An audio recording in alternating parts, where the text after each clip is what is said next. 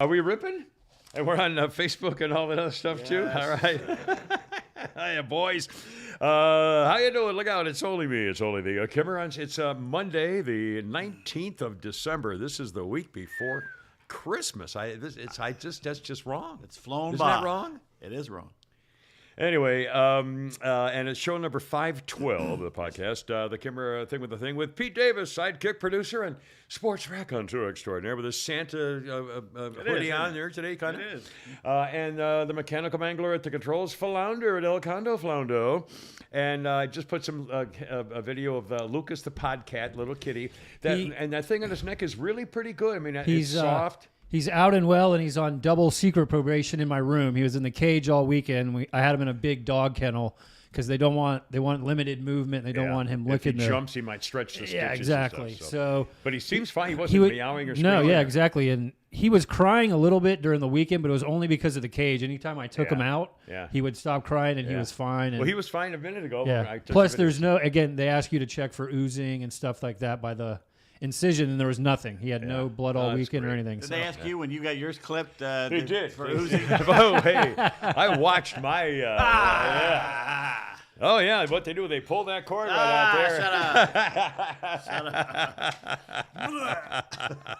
there. Yeah, I mean, it's just a local anesthetic and a little zip bang, sew it up. Home and on. Never going to happen. You can feel the pull. Hey. You fly around the room. In fact, when I was in graduate school at Michigan State, we were playing bridge with somebody, and one of the girls there worked as an assistant in one of those in a proctologist's office, and they used to do vasectomies, and she would be the nurse holding, doing this stuff, and she would tell stories about various clients. Cindy here, congratulations. We have 1,000. Wait a minute. Oh, I was gonna. That's our lead story. Well, she gets to go ahead and quote her, and then I'll read this. I just did. Okay, Cindy with a Y. Yes. Yeah, of course. Well, here we go. The last tweets on the Kimmer Show podcast Facebook page, a few of them were from Steve Marlowe, wrote in a whole bunch of flags and things, subscribe to the Kimmer Show podcast. Mark Petrassi wrote 2 hours ago, wrote 6 more to go, and then 9 minutes, when I opened the phone, 9 minutes before I opened the phone, from Charlie Bennett said, "We put you over this morning, Merry Christmas." So I got Charlie and the gang did it by helping us, and we now are over 1,000, we were talking about us being over 1,000 YouTube subscribers. And I'm not really sure. They say that means something. Yeah, I'm actually texting Mike right now to figure out what's next. So that means that YouTube will you can start, allow things? Yeah, or so what? YouTube will help you start monetizing, and they'll probably, I think they may put an ad or two, but again. And would they pay us for that ad? I'll find that out. Okay. We pull this off. We'll live like kings. Well, yeah. Well. In fact, speaking of that, I went to the post office box over the weekend. Nothing new over the weekend, but Friday I went. Friday night. No, that's good. And we got a couple of very nice things, including a very nice donation from our friend Mike in Sharpsburg. And he says, "Hey, Kimmer, Pete, and Flounder. Sorry it took so long to get the donation. Christmas seems up. I appreciate you guys for doing what you do. It sounds like more are stepping up to support you. As you mentioned, more often those who are helping. Stay at it, fellas. Wishing you all a Merry Christmas. And P.S. Kimmer, I appreciate your stories, whether I've heard them before or not. And yes, you really should write a book." Anyway, you should. And one more, we got a very sweet Christmas card, and I'll give it to you guys. And it says, "Kimmer, Pete, Flounder, and Lucas, the podcast. We are proud Patreon subscribers since nearly the beginning. Good luck on the 4th year." And it says, "Best wishes, Donna and Rick. P.S. I have all of the podcasts saved." Oh, no. Oh, my, that sounds like blackmail to me. Oh. Well, no, you don't want to know. No, we should have erased the first 30 of them. Right? Don't say it. Anyway, so here's a Christmas card. Oh, by the way, Flounder, you'll appreciate this.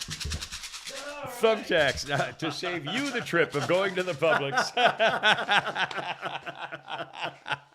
In fact, I texted, was it yesterday or Saturday? I don't even remember. Yesterday, I guess. I was doing, Sundays are kind of a work day. I go to the stable and I work on the podcast and I do errands and I get da-da-da. So anyway, between stable and everything else, I texted the boys that I was going to Staples to get paper and Scotch tape, stuff like that, ink cartridges, things. So, so Flounder said, Thumbtacks. so I got some special Staples thumbtacks for you. And by the way, somewhere in one of my messages over the weekend, we got a message from Denise. Yeah? Who is single-handedly trying to keep us on the podcast thing.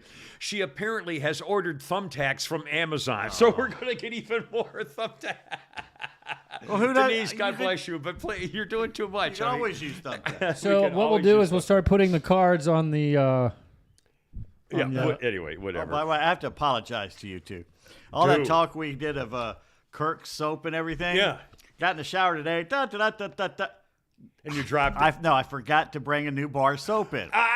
You hate that? So I had to resort to one of those bottles of body wash I got in a motel somewhere. Oh. And I swear, I smell like an Italian gigolo. Yeah, French Pampers. Oh, no, that's... well, see, that's not good. Yeah. Anyway, and that's great soap. It's not that expensive either. Really I don't know. I haven't. I was a gift from Kroger Denise. or Publix. Yeah. I'll definitely be looking for it. Let's see. Over the top. Eddie's being a smart ass this morning. Who is? Eddie. Yeah. What's his problem? Sup, gentlemen, and Pete. Suck? No, sup. What's up? What's happening? I don't know what that is. That you saying? What's up? Once again, sup, gentlemen, and Pete. Oh, so you're not. I got you. I didn't. I'm sorry, I wasn't listening clearly enough. Let's see. Okay. Today on the podcast, we got a million things. We'll be talking about. We got some personal stuff. We'll talk about what are my screw-ups on texting and how I don't even understand social media, really still even at this stage. We'll talk about the famous Titanic issue. We'll talk about Elon Musk. We'll talk about Swalwell. Did you see Tucker Carlson Friday night roast Adam Kissinger? Kissing. It would be almost worth playing about 4 minutes of Tucker, but I'll read a couple of comments of it. But he should get an Emmy. It was one of the greatest segments that Tucker Carlson's ever done about the retirement of Adam the crybaby congressman. Oh my God, it was freaking hysterical. Biden's fake story on a Purple Heart. The Oklahoma teen trainee bully in the girls' room. Hero Dog, the Puma 22, and the sad kitty story with a happy ending. Some terrible, tragic teen crime that you have to read about, including the parents who were saying, we tried, and we know we're to blame as much as anybody. Also, a rather amusing story of a woman who was reading a news story and then realized what it really meant when she was a little embarrassed. And we'll get that coming up for you. Plus, a whole bunch of things, some video things, the 12 Days of Christmas. I have a new book. In fact, I've had it for quite a while. It was a gift from one of our, I think it might have been from Judy. I don't even remember. It's called Bad Days in History, and it's a book of bad things that happen on every day on the calendar. There's some weird event that happened. It's some of them are kind of funny, and we'll talk about with the Ulysses S. Grant. Didn't Yom Kippur just start a few days ago? No, Hanukkah last night. Okay, so Happy Hanukkah. Well, and that's the happy, joyous one where the gifts and things. Okay, now before we get to all that newsy stuff, a couple of things. Let's see. Apparently, just breaking this is Monday, the 19th of December, so we're not a newscast, but again, as breaking as we're doing the podcast, Amber Heard has agreed to pay Johnny Depp $1 million and settle the whole thing. Well, good. Yeah, so that's over. Go away. Yeah, exactly. And maybe we'll never have to hear about that again. Also, I saw the headline and I was going to do the story and I thought, I really don't care. The King and Queen and Harry and Markle, they are now, after their documentary came out, their story came out, Harry and Meghan are now demanding an apology from the royal family and a meeting to explain I can't believe it. Who are you? I can't believe it. Their demand. I can't believe it. I can't believe it. Anyway, and that's. And half the people agree with them. I know. I mean, it's just it's blackmail.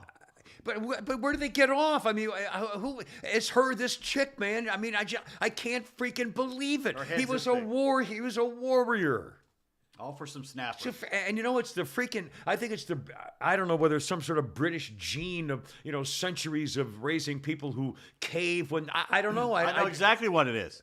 They destroyed their entire manhood of 2 generations within 3 generations, World War I and World War II. They destroyed their manhood. Well, they gave up Europe to Hitler, thinking he was a and good think guy, about it. Chamberlain and stuff. And I'm wondering if it's just the culture of the British that they're too easy to just go inward and say, "Oh, I'm sorry." For hundreds of years before them, everybody with any balls picked up and came to the New World, Yeah. or went to South America or Yeah. Asia for their fortune. Yeah. They didn't stay in Britain. Can you imagine the balls on the people of the Pilgrims who said, "You know what? We'll take a trip across the ocean in a wooden boat."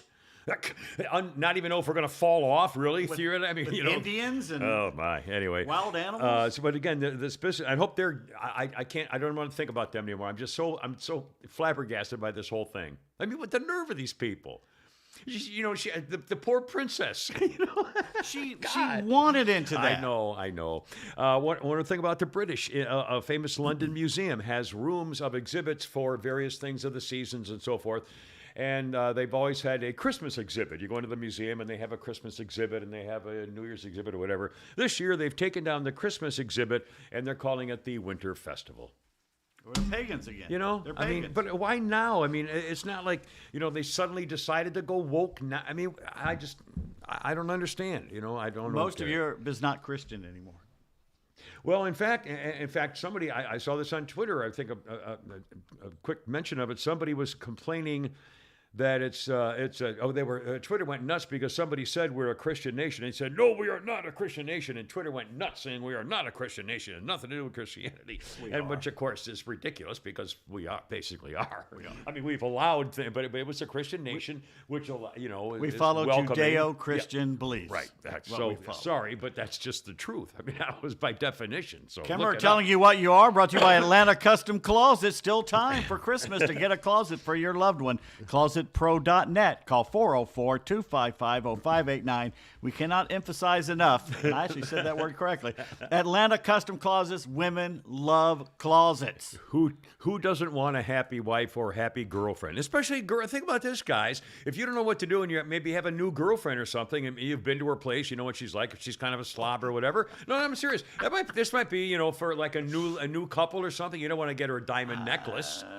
That's a gift know for if a she chick should- to make her happy. That's true. I That's mean, true. whatever makes a girl happy. That's true. And it's not, you know, like it's going to cost you a diamond necklace. So anyway, Atlanta Pearl Custom- necklace is always nice. What's that? A pearl necklace is always nice. Then again, As ZZ Top so free for the offering. definitely sang about. You know how many years went by Lay it out before right I here for knew that's what that song meant.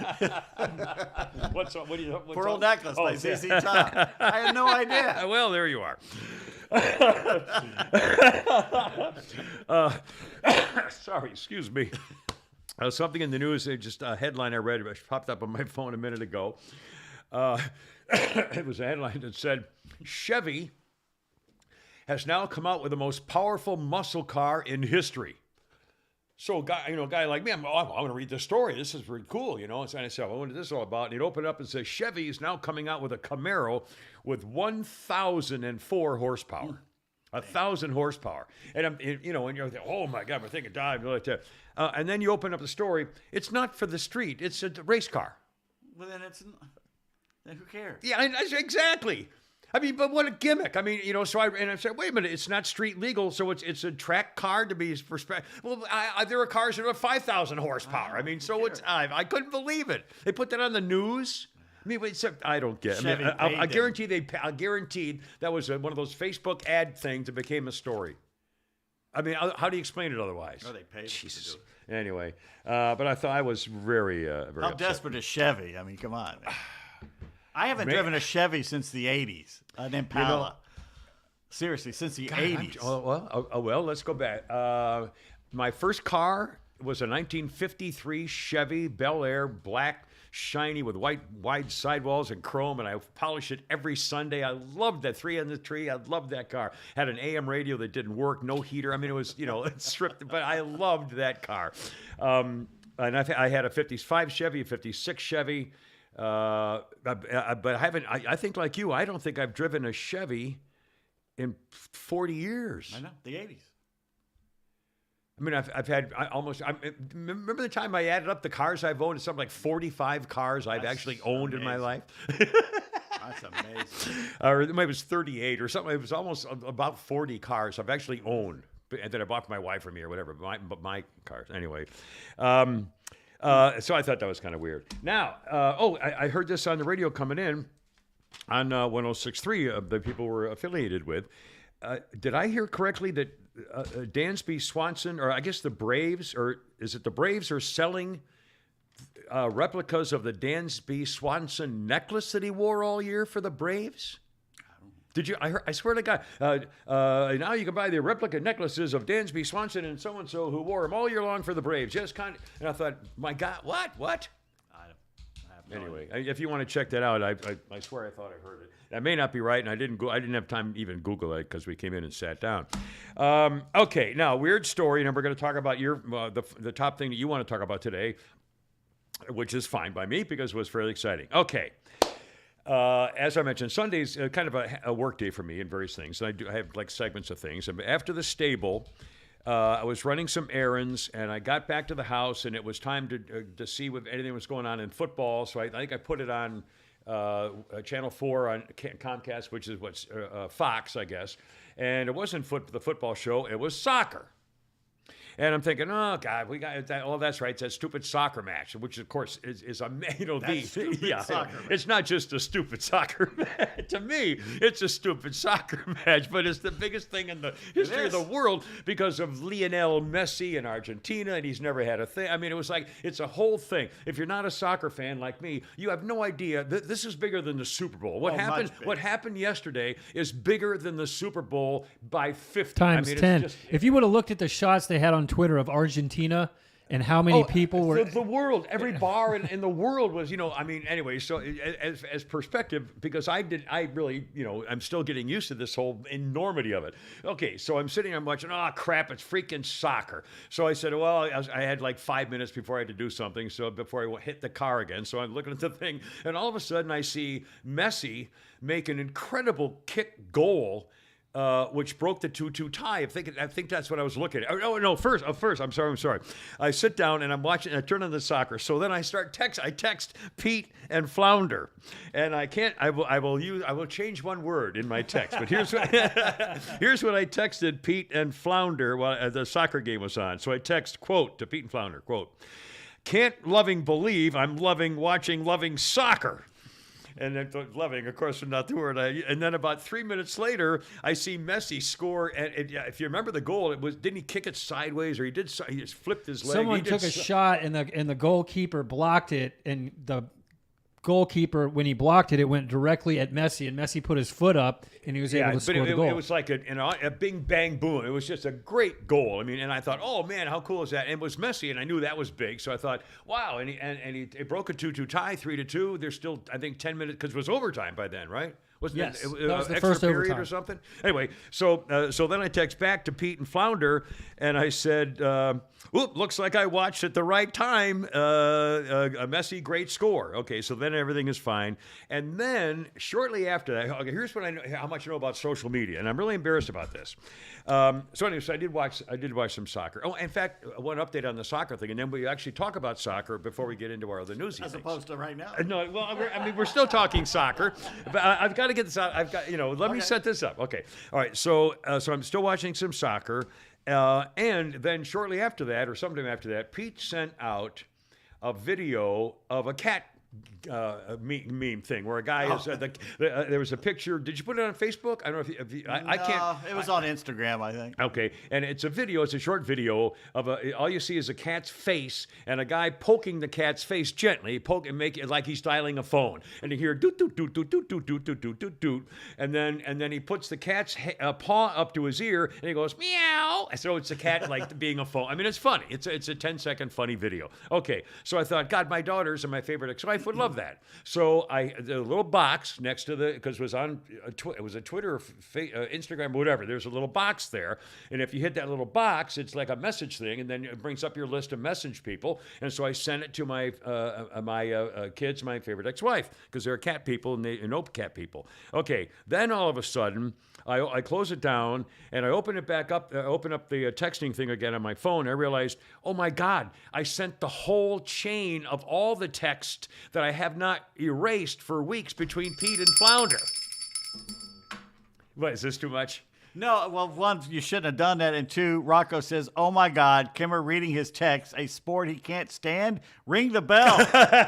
We're almost over. All right, anyway, so then, and then the problem was, and now when Pete and I text every morning, I don't erase them because you send me videos, I send you videos, and I don't want to erase them in case we need them. So I've got a whole, the text we go back weeks and weeks and weeks that I have not erased. And the problem is, I also write down things in those texts to Pete and Flounder that I don't want my kids to hear, bad language and dirty, whatever. So then I texted my family and I said, oops. So I said, oh my God.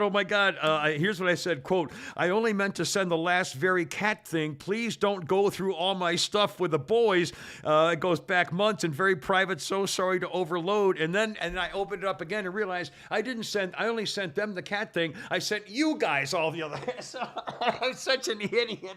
So I was tormented for, I don't know how, I hate this. I hate everything about this. So anyway, so that's fine. So I was wrong twice, causing myself misery, and everything's going to be fine. Okay, now let's talk about the soccer game. Well, Mark says, listening about soccer, I'm going to have to wrestle a bear to get my manhood back. Mark, we're all in. We need to talk about this. It's a huge thing. It's a great sporting event. It really was. And when I saw the Messi goal, and then and in fact, I'll tell you one other thing I did. I deliberately taped, DVR'd on my DVR'd the midnight. Who's the guy I like with the glasses? Scott Van Pelt. Scott Van Pelt show. And I taped it so I could see the highlight because I didn't see all the. You missed it. I missed the highlights, and then the problem is ESPN didn't have the highlights because they had ball games on all night. So there was no way I could get any highlights until the next morning, and so I taped at midnight so I could at least watch the highlights and see the scores and stuff like that. Because I like action. I like to see great athletic events, and this was worth doing. So I actually even went on my way to tape so I could see the highlights with Scott Van Pelt today. So okay, now the game obviously. And by the way, when the shootout, is it a specific number? They all get like 4 shots or what? They each take an individual. The guys who are still there, they pick like 5 guys, and they have 5 shots per team. They all each gets 5, and then if they all tie it, they all get 5 keep going until they miss one. Okay, so all right, but they all get 5 they get when 5 it's tied at the end. Unless they keep missing them, there's no way they can catch up. Okay. Like if they miss 3 and the other team already has 2 or 3, well, they're not going to be able to catch them. So. Right. But okay. So the fight. Was it the last one that did it, or was it the last one? The last one that did it? Because I didn't hear that at all. But that's pretty. And then of course they have to take off their shirts and run around on their knees, which is anyway. No.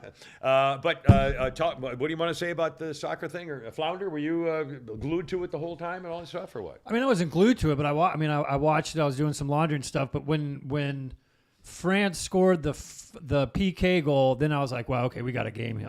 Because the first half, there was no momentum. Argentina had the game. First 80 minutes. Yeah. And then See, what happened was Argentina's first sub, they took out the guy who scored the first goal and brought somebody in.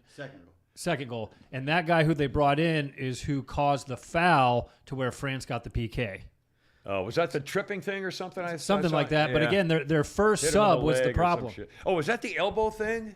Yeah, well, that's called a handball because you can't block but it something. ricocheted off his elbow. That doesn't seem like you can't do that. It's against the law, especially in the penalty box like that. Yeah, you can't do that. Yeah. Did you hear the Argentinian guy on the bench just crying? Yeah. I can't believe that happened. I may have caused the loss. Yeah. Wow. Well, hey, but it's not as it's not like he did anything your 2 best players. You have maybe the best player of all time in Messi. You got the best player right now in the last 4 years, Mbappe for France, and they're both doing exactly what they were supposed to do. They showed up. They led their teams. He had a hat trick. You can't do any more than Mbappe did. He scored 2 goals in like a minute and a half. Isn't that the second goal he had? Isn't that the first hat trick ever in the World Cup? No, there's been one more in the final. Somebody else did it in the final. I forget who it was. There was some first time ever. Some German guy. I think some German guy did it. Not Beckenbauer. I heard there was some first time ever. Goebbels or Goering or somebody did it back in the 40s. But obviously it was an enormous thing. It's huge.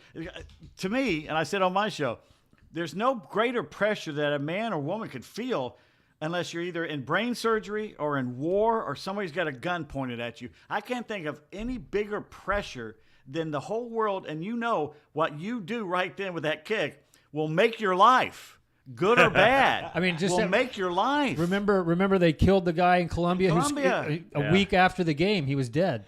Well, It's that I serious. Well, it is for not to me, but it's I that can see where serious it would everywhere be to- outside of America. Yeah. No, it's getting It's serious getting here. that way, but it's not. Well, We don't have the culture like that. We moved here into DeKalb County in the late 60s, early 70s. We were told, gosh, soccer's the next big thing. And DeKalb it's always been huge. because it was the DeKalb. biggest youth sport in America. Yeah, but it just never has got, because our best athletes still don't play it.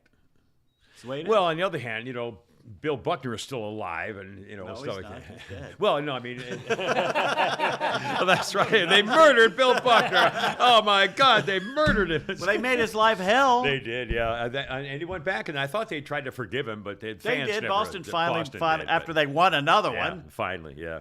Anyway, it's an amazing. The World Cup, and to me, for some reason, I did pay attention to this World Cup, and I don't know whether it's because you guys were talking about it so much, but in years past, was it every 4 years? How often do you have it? Every 4 years? Every 4 years. And Yeah. it's coming to America when? Next one? Yeah, in 4 years it'll be here. And But I don't They're going ever. to play in there's a couple games Athens. at Mercedes. Or Mercedes? Yep. So they're not playing Athens. They're going to play here. Well, I could. I think they're playing Mercedes. I think you're right. So it's going to be right here. The craziness is going to be right here. Boy, that's going to be a nightmare. And by the way, one of our players, Atlanta United, was on Argentina, so now he's a World Cup winner. So Oh, that's boy. cool. But the reason I mentioned, I can't remember in all my years of broadcasting, including when we were here in Atlanta from early '90s, '80s, whatever. I've never paid attention on the air on a radio show to the World Cup. 94, it got big because it was here. It in was also LA, before the Olympics, and we were too. doing well. I think that Well, yeah, may because be we an got past exception. the first round. I remember being at Stooges Bar, with a huge gambling bar, by the way. Yeah. And no one ever watched soccer, but we were all glued. Yeah. And Raphael, our bartender, was basically explaining it to us because we didn't know what was going on. We're just gambling on it. What are they doing right there? Yes, we had no clue, Yeah. but it was major. Anyway, but this year, and maybe because everybody was talking about Messi and he's never won did a thing, and now is he the one who changed teams, or has he always been with Argentina? I think once you're born in Argentina, you don't change your team. Well, who is it? Just it would change. Well, Ronaldo. Yeah, He's going to somebody just Saudi. changed He's it. going. He but that's left- a club. That's a he club left team. Manchester Yeah. United or City, I forget Yeah, which there was one. some huge They were real freaking- mad at him, Yeah. and he's over the hill now anyway. Yeah. So- And I mean, at this point, this is probably Messi's last run. No, he says he's coming back, which I think is a mistake. I don't think. Do you think he'll be back in He'll 4 be years? 39. Yeah, that's a Why would you mistake. want to do that? You won the World Cup. Don't do what Tom Brady did. Go out when Yeah. you win. Go out Yeah. on top. Yeah. I mean, he's a god in Oh Argentina. my God, he's a guy in South America. Yeah. He's- I mean, just. And by the way, they said today they came out with the ratings and said, "Well, Brazil's still number one." did you just not watch the tournament? Or? They lost. Brazil's still number one. Yeah, I mean, Brazil. A couple of stupid things. We'll do some more newsy stuff. Oh, wait, before you do that, yeah. were you watching the Buccaneers game? Oh God! I watched some of that, and I also watched the Raiders game with that ending Yeah, at the that last. was Okay, crazy. talk about. But Again, did you holy crap! see- Well, first of all, holy crap at sports. You've already done. Already I'm done. guessing. Already done. Wow! Best podcast sport. Yeah, Okay. what a week- You what a woke up and weekend for somebody sports. says, "Let's do noon today," and I'm like, "Crap, can't I gotta get on the bed." Man. Anyway, so I'm watching the Buccaneers game, and Jim Nantz throws it to commercial, and there's some dumbass guy up in a small plane somewhere over a beach somewhere, and he's yelling as the wind's blowing by, and he's hanging out of the airplane. I'm going, what crazy stunt is this? And I listen, I realize that's Tom Cruise. And it's Tom Cruise hanging out of an airplane, screaming with big goggles on about he's somewhere over South Africa filming, he joked, Mission Impossible 24 or something like that. And we're about to do a stunt, but I just wanted to thank everybody for making Top Gun the biggest movie of the year. Thank you so much. We really appreciate it, all your support and everything. And he turns to the guy sitting next to him, his producer or something, goes, "You coming with me?" And he goes, "Not on your life." In fact, he was too close to the door anyway. And I'm thinking Tom Cruise is going to grab him and pull him out. And Cruise goes, "Okay, fine." He turns and says, "Okay, let's go." And he basically falls out of the plane. And he's falling down, and the guy with him is still filming. And he's going, "Once again, happy holidays to everybody." And then he just tumbles off into space over a shark-infested ocean off South Africa. No parachute coming. No, over? he had a parachute on, but not Holy- for a long time. He goes, "Well, I'm running out of airspace, so I got to go." So he was literally being interviewed while he was skydiving. Yeah. He Yeah, must have had the camera crew all the way with down him, with everything. but which- it was the most flawless, just an amazing thing. That is a movie star. Yeah. Whatever you Wow. think about, that is a movie star. doing that. You got to give him his due too. I mean, Holy cow. In fact, I'm trying to think of a really bad Tom Cruise movie. Oh, yeah, there's been a few of them. Well, I mean, the one let's where think he of was a a bad- samurai, Japanese samurai. No, warrior The or Last something. Samurai was a good movie Yeah, with it was Ken a good Watanabe. movie. It was a good movie. It was another white man The savior one where complex. he played the killer who got taxi cabs to drive him around. That was I a didn't great see movie. that. That's with Jamie Foxx. that was a great movie. I don't like Jamie Foxx, so I won't watch it. That was a great role. Collateral. Yeah, That was a and really the guy, good movie. The guy who did the blah, blah, blah, blah, blah, in Animal House is one of the is in that. There's a lot of great actors in that. All right, bad. movie. Okay, give me a list of Tom Cruise. He's made some stinkers. Well, I like The Mummy. Now, people hated The Mummy. I like The never Mummy. saw it. I like The Brendan Mummy. Fraser, I think. No. Tom Mummy. Cruise we're talking about Yeah, here. I know, but that wasn't that the Brendan Fraser was the star. Tom Cruise is not in a Brendan Fraser movie. Okay, Google the movie No. The Mummy. I Brendan guarantee you Fraser. Brendan Okay, Fraser. so I have- Three Mummy movies. So do you guys none want of me to- them do you had guys want me Tom to- Cruise in it. Okay. Do you guys well, want me when to you list say all The his Mummy- movies? No, I got- just give us some clunkers. What about Legend? No, people like Legend. I never saw it, but I don't people think I like saw that either. See, Young Guns was good. Rain Man, Born on the 4th of July, Days of Thunder. Born on the 4th of July, I thought sucked. But everyone loved it. I was Far offended and by Away. that movie. Yeah, what? Far and Away with Nicole Kidman. Remember they were the Okay, Irish? yeah, that was another Ron. when he broke up what's with his his face? wife. Who's Opie? That was another stupid Opie movie. Yeah, it was Far too and long, Away, A and Few it Good Men screwed was it up. good. The Firm was really good. Far and Away was a stinker. Interview with the Vampire No, that was a great with movie. Brad Pitt. That was a great Anyway, movie. I mean, but think, I mean, my God, we could go Eyes on forever. Wide I mean, Shut. it's really Eyes Wide Shut sucked. Kubrick's Yeah, that final was film. ridiculous. That was horrible. Anyway, what a star! He's a movie star, no question about it.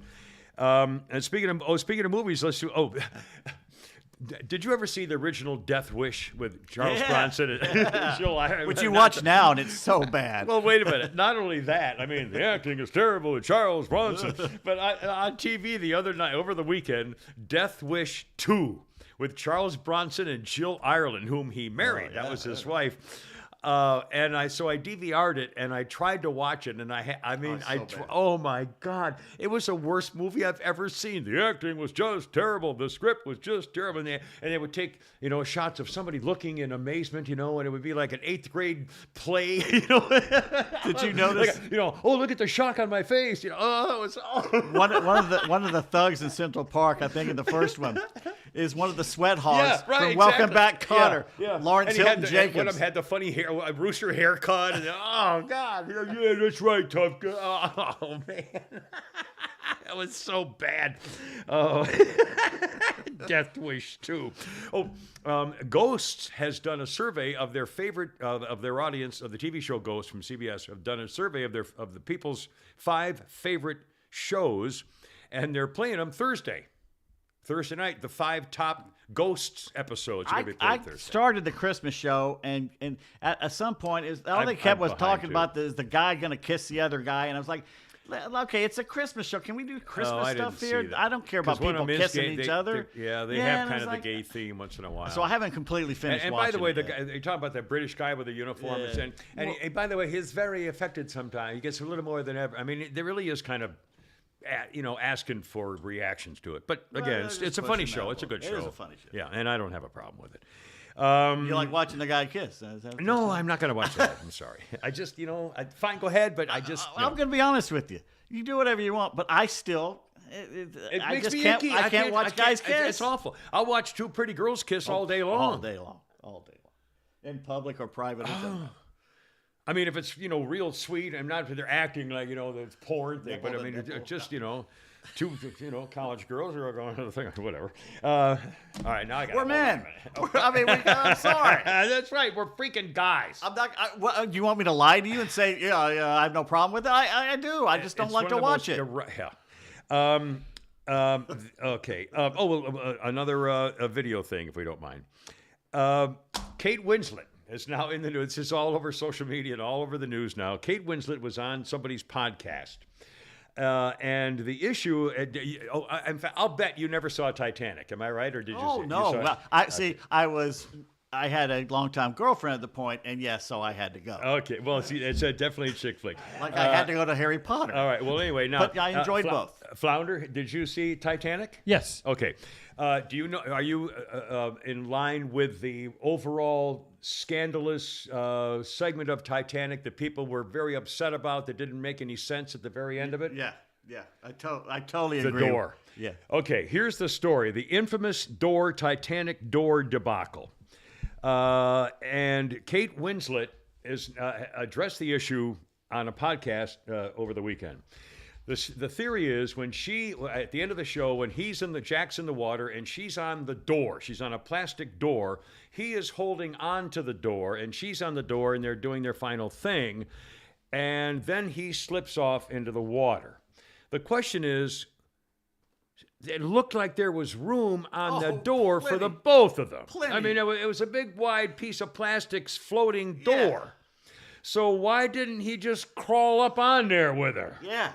Okay. All right. Now, it's the infamous Titanic door debacle is what this whole thing's got a label and everything. Okay. Kate Winslet has given her definitive answer of whether both Jack and Rose could have fit on the door.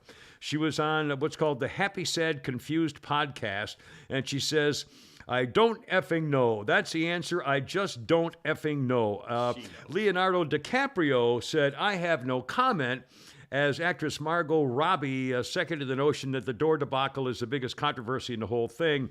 Now, Winslet says, I don't believe we would have survived if we had gotten on that door together. I think that he could have fit, but it would have tipped and it would not have been a sustainable idea. He lays on top of her. He keeps her warm. Okay, now. Exactly. Plus, he balances it. Okay, now, but think about, in the movie, we never saw him try. Nope. Okay, think about that as a fact. All we saw was him holding on, and then he's gone. So we never saw him even try. And that's going to be a thing as I continue with this. Kate Winslet, remember we talked last week, she held her breath for 7 minutes underwater. The woman knows about water. She's been in various water sports with her husband. I don't know how she was managed to even stay underwater with those flotation devices. She touched upon her experiences paddleboarding, surfing, kiteboarding, and she said, you heard it here for the first time. Yes, he could have fit on that door, but it would not have stayed afloat. James, now, I wish they had shown that. But anyway, even the Titanic director, James Cameron, put in his 2 cents worth, and he says they did a scientific study. We took 2 stunt people who were the same body mass as Kate and Leo, put sensors all over them, inside them, put them in ice water, and tested to see whether they could have survived through a variety of methods. The answer was no. No way they could both have survived. Only one could have survived. The director stated a special would be released in February, delving into the forensic analysis and replicated raft used to definitively determine that only one character could have fit on the door. They're going to have a movie special about this. No, and then they say, and here's the point. He needed to die. It's like Romeo and Juliet. It's a movie about love and sacrifice and mortality. The love is measured by the sacrifice. Obviously, well, how he about had giving to die. him a more realistic, believable way to die? They should have had her drag him up. She should have said, don't leave me, and pulled him onto the thing, and then it should have started swaying and going under, and then he should have said, no, my darling, and gone off. They should have showed that they couldn't have both gone on together. He should have gotten injured saving her, and that she helps pull him up on the door, and he dies in her arms from his injuries, is how he should have gone. No. And then she pushes his corpse off into the water. Well, it's creepy she couldn't push him off in the water. No, she would have. The movie would have gone out to something else with her holding him. Yeah, but then the end of the film is where Rose, as the old lady, drops her necklace into the water where he is. Well, that's fine. At some point, she probably would have rolled him off.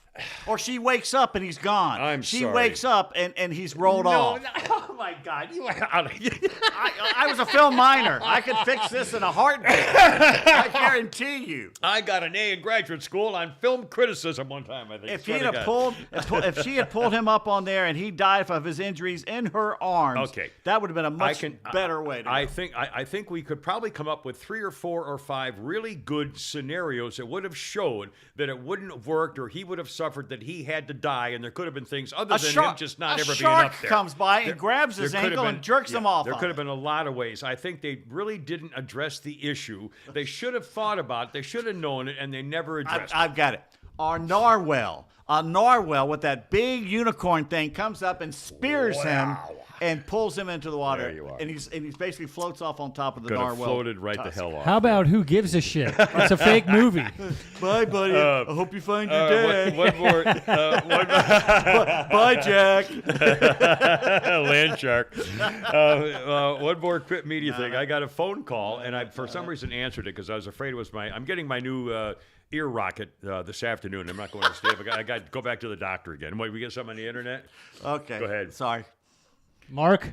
Mark goes, you read the first Mark. Let's see what. Hold on. He was- I was rooting for Billy Zane the whole movie. Billy Zane, the actor who was the bad guy. Yeah, I love Billy I have a Zane. child. I have a child with me. Then Mark says, okay, now grown men talking about the Titanic after the soccer. I'm just going to let the bear eat me. And Strick says, not only talking, now they're arguing about it. And Cindy, take me with you to the bear, Mark. You can all eat me. Like the bear. You can all kiss my ass. You and the bear can eat me. Oh, my God. Well, we're done with Titanic.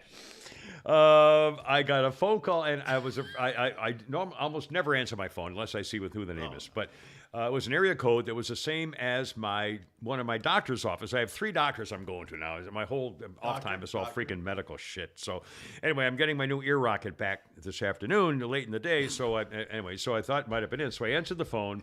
And it was a woman, and it said, "Hi, I'm calling from the Al Jazeera Constitution, and we would like to have you switch over to our digital service." I swear, after all I've said about how much I want the paper in my hand, and I said, blank no, I want my blanking paper, and hung up on her. Young lady. Yeah, I mean, now they're trying to stop it early, I guess. But Kimber, it's Christmas, and it's not her. It's her job. She Well- didn't decide to do this. Yes, she did. No, she didn't decide to switch the paper to digital. She is going to go back to her boss and say, "Oh, he really didn't want to lose his paper, sir. Maybe this is a bad idea. Maybe they want to keep their papers." That's going to happen. I was trying to help the community continue having the morning newspaper, ladies and gentlemen. My God, man.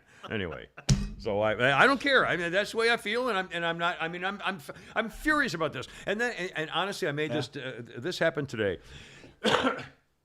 I looked through the Monday paper. Well, they're like a church bulletin. It's like 4 pages. The sports section's a joke. I mean, it's just entertainment. It's a joke. There's nothing in there. And I realized I was reading all the paper. It's all feature stories. I mean, it's women. It's literally feature stories for black audience and women. Yeah, it's true. And so what am I missing? I cut out a couple like crime things because there are a couple things I need to mention that I don't like talking about crime, but this kid crime business is getting ridiculous. Anyway, but there's nothing in there. So what am I going to miss? But again, I'm a baby boomer. I grew up. You get the paper and have your morning coffee, read the paper. The paper version is going to be gone sometime next year. They'll still probably. have the AJC on my phone. I can. I think the AJC's gone within 5 years. I think it folds. Who needs it? Unless I don't think they're getting. Well, I don't know about their ad dollars, but obviously it's. The paper were there when we had 2 was to keep corruption under control at City Hall, and they haven't done that in 50 years. Well, remember, when I came here in '72, you came here in the late '60s. We had 2 major newspapers: the Al Jazeera Constitution and the Atlanta Journal, Urinal, and they were, they later combined. But we had a major morning paper and a major afternoon paper. Yep. And we had the Gwinnett Daily News, which was the 3rd major paper that was so good, the Cox family bought them out and shut them down. New York Times sold it. Yeah. Oh, so next time they talk about saving democracy and journalism, they sold us down the river to the Cox. Yeah, well, there is no, and this thing is, as an example, here's the newspaper this morning, feature story on a guy named Reese winning a poetry prize. The whole paper is on a guy winning a poetry prize, and then the inside, peppery, crunchy Krugel Spice Hanukkah. White Lotus Itinerary, the new HBO show White Lotus is being a thing. And then the whole back page is the latest price of the 12 Days of Christmas. Well, wait a minute. You missed that little story on the temple bombing Oh. and the one on Emmett Till's Christmas Oh, cookies. well, Emmett Till, again, the anniversary of someone who found for the first time favorite Emmett Till. Christmas Yeah, in case you missed it. And the cost of the 12 Days of Christmas. So they go through a partridge and a pear tree, $280.18. 2 turtle doves, $600, an increase of 33% from 2021. Again, this, which is cute. Okay. It's pleasant. I mean, how much are 5 rings, for example? Well, we'll do a couple of them.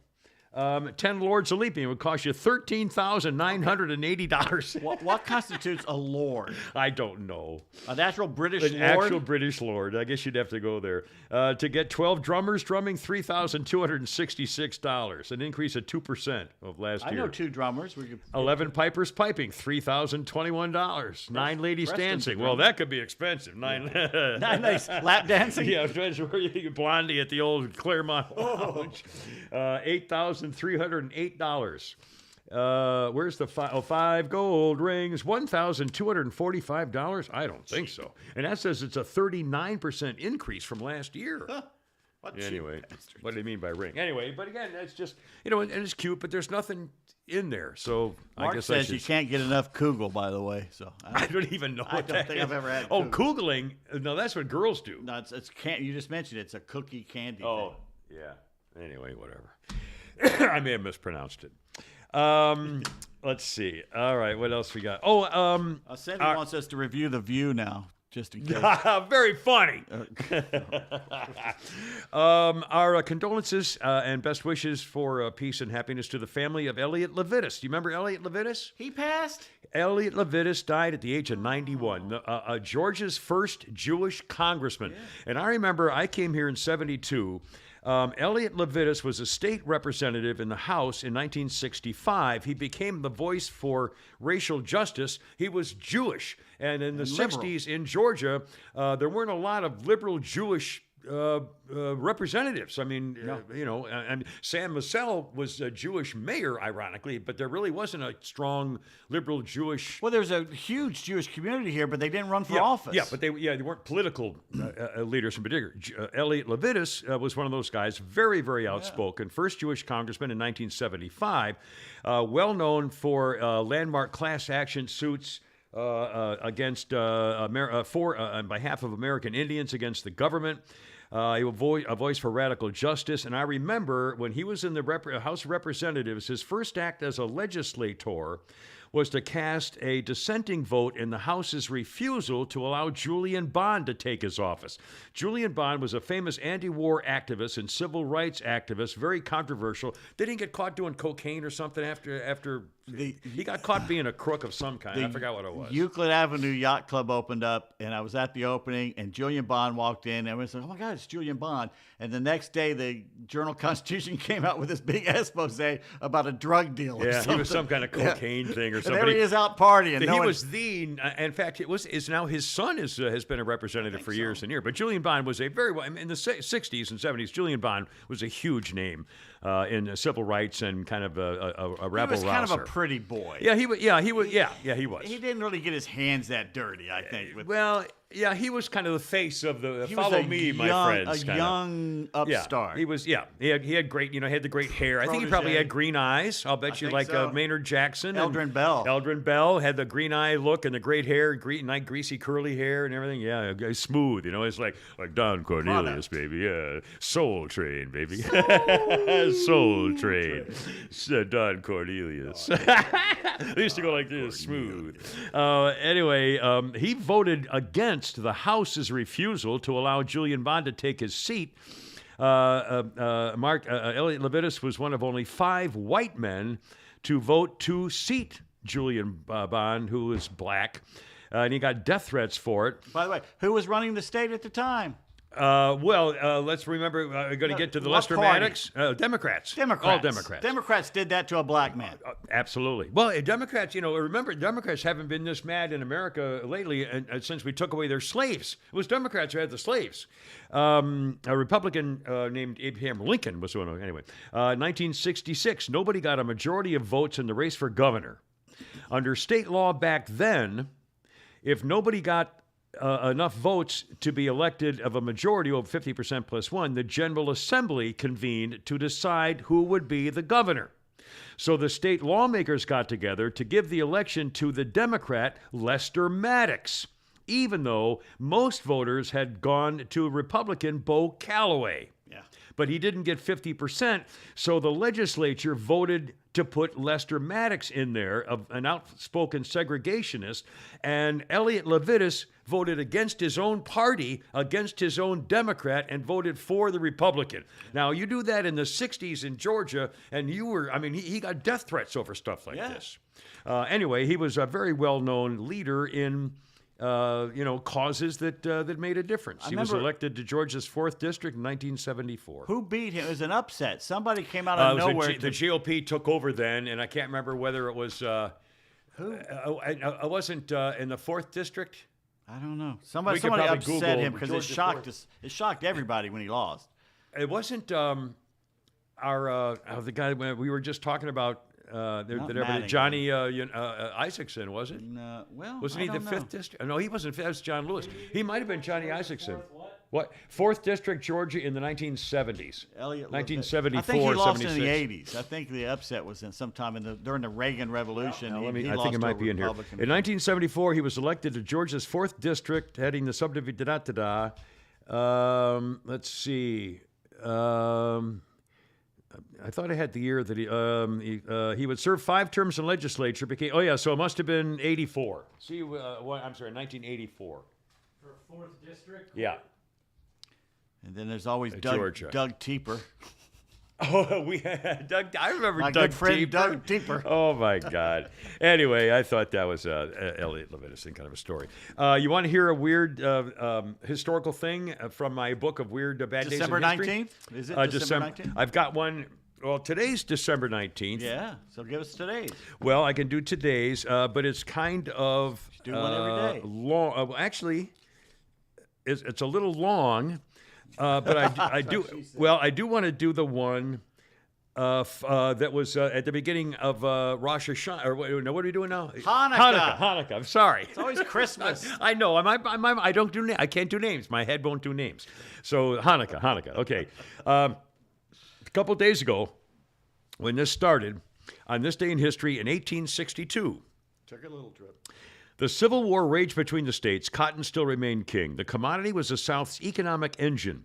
Northern manufacturers absolutely depended upon it for survival. Although the government allowed some restricted trade controlled by the Treasury, enforced by the Army, a black market nevertheless thrived in cotton, fueled by General Grant, he believed, by, quote, the most reliable of scapegoats, the unscrupulous Jew. Quote, give order. This is Ulysses Grant. What a shot. And again, I'm saying this on Hanukkah. Okay, Jewish holiday. The butcher Grant. Okay, quote, give orders to all the conductors on the railroad that no Jews are to be permitted to travel on the railroad southward from any point.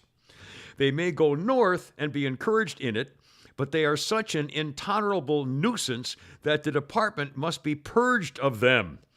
The next month, Grant, it's 1862, the next month, Grant strengthened his restrictions against the Israelites with an old-fashioned expulsion order of the kind European monarchs issued in their kingdoms for centuries. It read, the Jews as a class violating every regulation of trade established by the Treasury Department and department orders are hereby expelled from the Department of the Tennessee under Grant's command within 24 hours from the receipt of this order. Luckily, President Grant had a commander-in-chief with a far more evolved sense of fairness, and a few weeks later, it had been officially revoked. But again, jeez.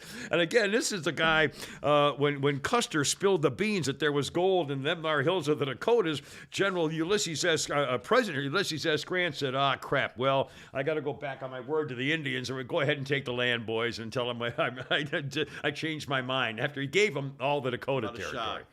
Anyway, now you want to do the one on today? It might be a little long. No, you Probably already not. did one. I'm going to do one later. I'll do one. I got a good one for I think Friday. You know what you ought to do is set up your old camera on your phone at night with a little candle next to you and the smoking jacket and everything, and the pipe, and read today's bad story in history from the Kimmer. You know what I almost did one night? In fact, I think I might have done it and I never sent it.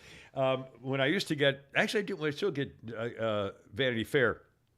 Although maybe we get our last one, I don't remember. Anyway, when I got a Vanity Fair, if you open up the magazine Vanity Fair, which maybe has one article worth reading in the whole time, very, very liberal, horrible. But it was $12 a year, so I got it. It used to be a good magazine. It used to be a good magazine. Anyway, so if you open up Vanity Fair, from the cover, from the first page, it's all advertising for like 30 pages, and it's the most elaborate, $47,000. Oh, I could. One night I was had my light on, I'm laying in bed, and I'm on my pillow, and I'm going through the magazine. I'm thinking, gee, I could just describe what's in these commercials. That's the way I try. I don't think you wouldn't freaking believe. Anyway, I don't know why I thought of stupid Vanity Fair commercials, but it's like it's. It's like I've lost my freaking mind. Okay, page one is done. Oh my God. Hold everything. Oh, wow. What's that? How many more pages we got? We got a lot. I got way too much stuff here today. But let me first brag about our sponsors. If you go to thekimmershow.net, you can lock into all of our contacts and our radio station at 106.3 and Pete Davis 1 at yahoo.com if you want to be one of our advertisers or We get may a personal have message. somebody coming on board soon. Outstanding. Anyway, among those are our friends at Wise RV Glass. Wise RV Glass. What a great idea. This company will take care of any and all glass issues in your RV, motor coach, camper, vehicle like that. Could be a cracked window pane maybe in a side view mirror or the rear view mirror or, the back window, those hard to find front one-piece flat windshields and stuff, whatever you're looking for your RV, motor coach, camper. And don't say, oh, it's just a crack in the side view mirror. I'm not going to call them to go. No. That's what they do for a living. Wise RV Glass comes to you. You get in touch with them, they show up, take care of the problem, everybody's happy, they save you time and money, put it right there in your window frame, and you're all set to go, and you don't have to go find anybody. They do it right for you. All mobile service. No job is too big or too small. Call them. That's what they're, believe me, that's what they do for a living. They sponsor not only the podcast, but also the podcast Facebook show with our great appreciation. The phone number, Wise RV Glass, WISE. Area code 47. You like those cookies? I brought some. My little friend Gretchen gave me some Christmas cookies, and I brought a bunch of them. And I can't eat them all. She gave me like 60 of them, so I shared them with the boys. Wise RV Glass. Here's a phone and number. Area 470-345-6521, and on the web wiservglass.com. That's how I'm gonna go. What's that? Somebody's going to be trying to poison you, and I'll be eating And you'll your be eating my stuff. poison cookies. Wouldn't be a bit surprised. All right, now let's see. Elon Musk. Boy, and by the way, I think people are reading this way wrong. Okay, Elon Musk last night and finished up this morning put a poll on Twitter, and it said, should I step down as CEO? Quote, I will abide by the results of this poll. It was conducted last night, concluded this morning as we speak. Most respondents of the 17 million people weighed in, and almost 60% said, yes, you should step down. You know why? Well, wait a minute, don't get ahead of me. About 58% said, and Musk wrote, as the saying goes, be careful what you wish, as you might get it, shortly after he posted the poll. And so he said he will abide by the results. He's expected to step down in the future if he can find a replacement he deems suitable to handle the job. So it's not like he would quit today. He said, quote, no one wants the job who can actually keep Twitter alive. There is no successor, Musk wrote, in response to a user's suggestion that he already had a replacement selected. He said he does not. Remember, The poll came after Twitter announced Sunday the policy prohibiting users from promoting their accounts for other social media platforms, including Facebook, Instagram, and Truth Social. The policy and the Twitter thread announcing the rule were swiftly deleted following intense backlash from users on the platform. So, Musk said, going forward, there will be a vote for major policy changes. My apologies won't happen again. That's what I love about the guy. He doesn't have a problem saying, oh, that was stupid, and fixing it or changing it. Now, that poll was stupid. Okay, now, and I want to get some reaction here first. Okay, first of all, no, you shouldn't have done it. No. First of all, well, here's my overlap bottom. I think everybody I've seen reacting to this on all over social media has got it totally backwards. My opinion is Elon Musk never wanted to spend 9 to 5 or from 20 hours a day working at Twitter. He wants to go back to his space cars and stuff. Save the world. He wants the Twitter's bullshit to him. He doesn't want to sit there and go, oh God, do I have to ban this guy? He doesn't want anything to do with Twitter. But he says it's a fight for our civilization, the free speech. That's the important part. He still owns it. He's still going to be the boss. The most important thing he can do is to keep the faith. Do what he said he's going to do but he doesn't want to run Twitter. He wants to go back to his space stuff and the world and the globe. The other thing this vote can help is square out the bots. Well, it did two things. It allowed him to say, okay, have it your way. I won't be running it anymore, which he never wanted to do. I mean, this is a fake thing because he knew he was going to get outed. He did it because he knew. I'm surprised it's not 90% of all the haters would come back on to vote no. You know what I mean? So he must have known that he was going to lose the vote because he didn't want to be running Twitter. He still wants to own Twitter, and he should, and thank God he's going to stay there, I hope.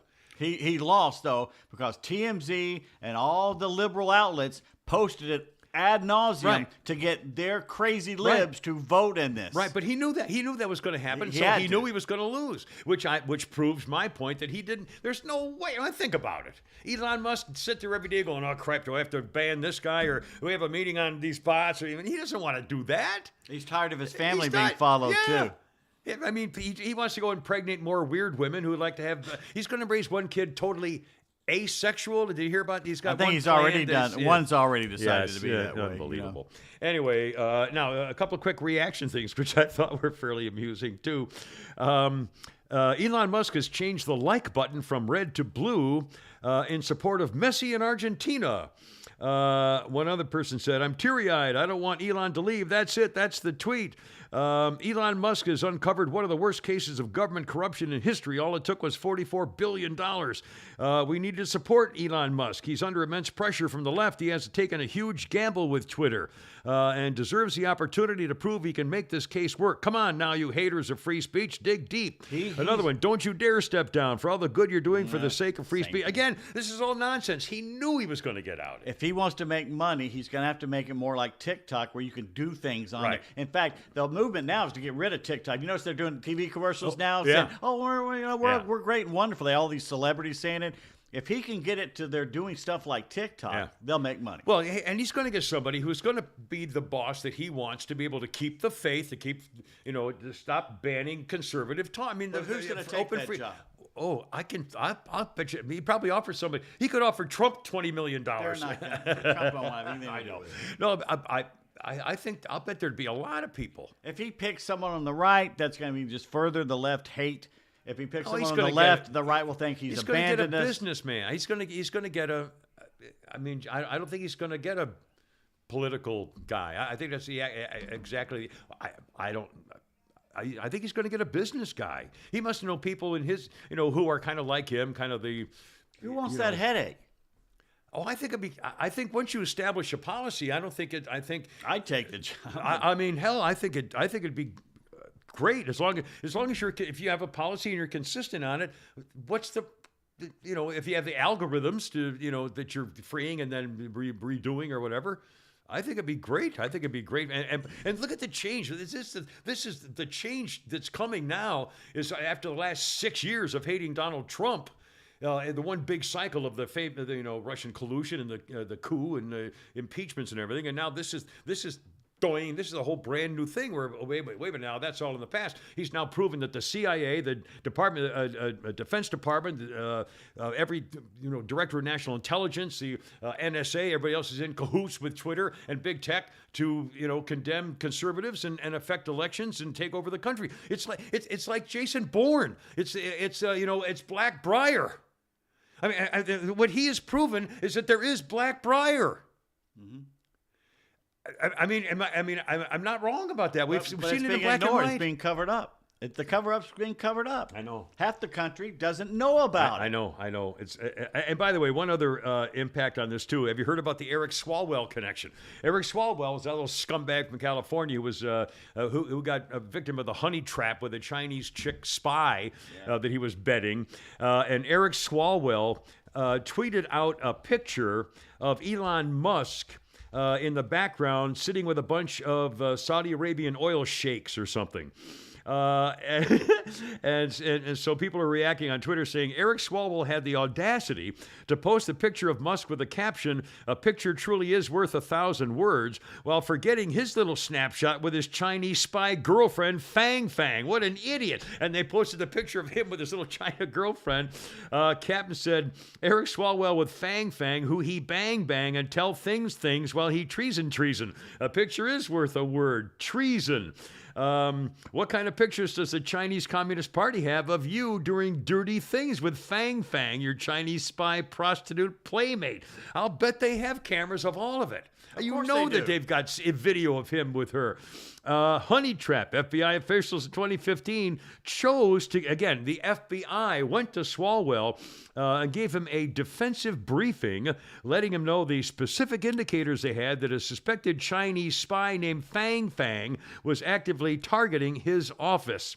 More reaction. He should be charged with espionage because you know, and I know Fang Fang had you panty whipped and you told her everything, hooked by the Chinese poontang. Picture is worth 1,000 words. And it shows how much the Democrats hate America. They didn't take him off the damn committee. They kept him on the Senate Intelligence Committee. I mean, he'll be gone. Well, he'll still be there now, but Adam Schiff for Brains is getting kicked off when the Republicans take over. He should be kicked out of Congress. He shouldn't. Yeah, exactly.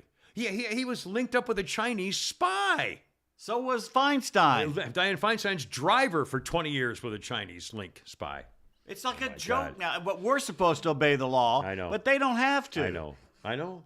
That's what breeds revolution when you do crap like that out in the open. And again, I'm telling you, if you're 40 or younger, you think this is the way the world is. I promise you, reporters, the news business in the 50s and 60s and 70s in this country would never have stood for this kind of thing. If there was a reporter who said, "Wait a minute, are you telling me that there's evidence in black and white that the FBI and the CIA and the national security people are trying to influence elections and caused a coup in this country?" Oh my God. I mean, that's all you'd hear. I know. And you can't, there's not a peep on the national media. They're not talking about the border. They're still claiming the border's secure. Have you seen the video? Oh my God. Anyway, again, the media, and our only hope is that this is the beginning of a change where, because social media is so important and Twitter's so important, and maybe now people are saying, "Oh, I didn't know that." I mean, it may just be by accident. They'll have to see some coverage of it. They won't believe it. I know. Donald Trump Jr. just tweeted, "Just a friendly reminder that 80 FBI agents had time to police free speech and memes on Twitter, but no one at any time to look at who was in Jeffrey Epstein's black book sexually exploiting children." Right. Or Hunter Biden's laptop either. Joke. I know it's the worst scandal in American history. Yep. We've never, the Teapot Dome scandal in Britain and the. No, I was here. In America, I was thinking about the Christine Keeler scandal or whatever that name was. The Profumo scandal. Yeah, Profumo. Yes. Right. Anyway, who was that? New York City graft commissions, Watergate. Those things are nothing. Tammany Hall. Those things are nothing. Nothing compared to this. You're right. Oh, God. Tucker Carlson, I'll tell you, Friday night, we could play, I won't play it for you, but you could probably find it out there. And if you missed it, it's a shame. Tucker Carlson was saying goodbye to the leaving of Adam Kinzinger from Congress of the United States. He was the guy that Tucker's made fun of for being such a crybaby because Adam Kinzinger on the January 6th committee was saluting those heroic police officers who stopped the America from losing its treasure. He said, I didn't know. And he was bald. I mean, he's a freaking crybaby, overreacting and acting like a pussy for the, trying to make a point about how terrible January or what alleged. Who can respect a man who cries at the drop of a hat? Oh, like guys like me, of course, are too, strongly. Yeah, sorry. Anyway. Anyway, so Tucker Carlson comes on and roasts Adam Kinzinger, and it starts like this. Adam Kinzinger will live forever in our hearts as an example of what a man can be when he stops trying to be a man and unleashes the emotionally fragile, divorced single mom within. Benny, Tucker Carlson officially makes Adam Kinzinger his bitch. This is the most savage 5 minutes in TV history. Get ready to cry laughing. Tucker Carlson using cat turd. He started off with a react on cat turd to break little Adam Kinzinger. Okay, Santa, you can skip me this year. I got my present early. Will not end well for you, cat turd, said Adam Kinzinger. And on the whole segment is I was laughing out loud. Actually laughing out loud by myself. It was one of the funniest segments I've ever. It's got to win an Emmy. There's got to be some award. I've got 55 seconds of it here. Oh, let's do it. It's worth doing. Is that okay, Pete? Sure. You're the producer. Let's do it. Here's Tucker. Excuse me. It will all end. How's it going to end? Speaking of how it will all end, how's it going to end for Adam Kinzinger? Well, we suspect it'll end like it began, in anonymity. In just weeks, Adam Kinzinger will be another CNN contributor. No one will ever see him again. But we will never forget him. Adam Kinzinger will live forever in our hearts as an example of what a man can be when he stops trying to be a man and unleashes the emotionally fragile, divorced single mom within. Have another glass of Chardonnay and listen to me cry. Yes, Ms. Kinzinger, we will. So here it is, one last time. Soft I never expected a day to be quite as emotional for me as it has been. But you guys won. You guys held.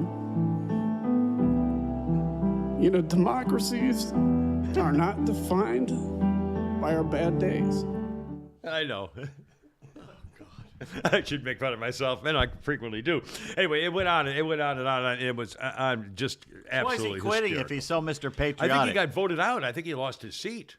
I thought he just quit to become Actually, a lobbyist. No, you know what? I think he did get a job somewhere. Is he going to be a commentator? Maybe that was it. Probably. Because we need more of those. Yeah. Oh my God. Speaking of politics, again, President Stupid got caught once again, skewered for another ridiculous tall tale about a Purple Heart. Town Hall Veterans meeting in Delaware, President Crime Family stated, quote, "My dad, when I got elected vice president, said, Joey, Uncle Frank fought in the Battle of the Bulge. He was not feeling very well now, not because of the Battle of the Bulge, he said, but he wanted the Purple Heart and he never received it. He never got it. Do you think you could help him get it? We will surprise him." Okay, that was Joe's dad saying, get my uncle his medal. He continued claiming, so Biden is saying, quote, "So I got him the Purple Heart. He had won in the Battle of the Bulge. And I remember he came over to the house and I came out and my father said, present it to him, okay? We had the family here. And then he claimed he gave the medal to his uncle despite his Frank's humble protest. The New York Post came out with a story shooting holes in it, knowing the facts indicate it's not true. Biden's father, Sr., died in September 2002, more than 6 years before his son was elected vice president. Frank Biden, Joe Sr.'s brother, died in 1999. Frank Biden's tombstone does not identify him as a Purple Heart honoree, nor does his obituary. A partial registry of known Purple Heart recipients also does not note anybody by that name receiving the award. Seinfeld actor John O'Hurley, the guy who did the catalog guy, said it's a cognitive evaluation time for Biden again. Red State writer, can vice presidents just give Purple Hearts out? I mean, is that a thing? The Spectator, Stephen Miller, pointed out the media would have hammered former President Trump over a claim like this. This is the kind of thing fact checkers would have spent a week and 3 press briefings on 4 years ago. I mean, again, he's just making this shit up. He's old Uncle Joe. So gets a pass. Holy moly. Oh, Lordy. I got to do a couple of quick crime things. One of them, I won't spend a lot of time on this, but again, stuff is still happening, and I can't believe it's happening in Oklahoma. When you think of Oklahoma, I don't think of Oklahoma as a paradise for new businesses, opportunities. I mean, Oklahoma still, to me, is the West. It's still like Texas. It's got great opportunities, but I don't think of it as a modern urban landscape. Oklahoma City and Tulsa.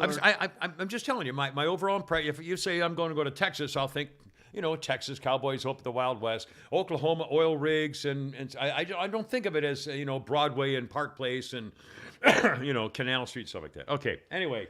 The University of Oklahoma has the largest collection of French Impressionist painters. Well, there you are. In the world. But also, you would think, I think of Oklahoma as a fairly conservative Western state. I mean, okay. But this kind of stuff is still happening. In Oklahoma, a boy who dressed like a girl went into the girls' restroom at his high school and talked to one of the actual girls there. They exchanged some words. So the fake girl, the real girl, was speaking with friends in the girls' bathroom when the boy girl came in and asked her a question. The girl said, "I don't want to talk to you." So the boy girl got really angry and said, "You want to fight?" and then hit the real girl in the face. The real girl said, and he hit her in the face again, and then he pulled her hair. Another real girl came over. He also punched her in the face so hard they couldn't even fight back.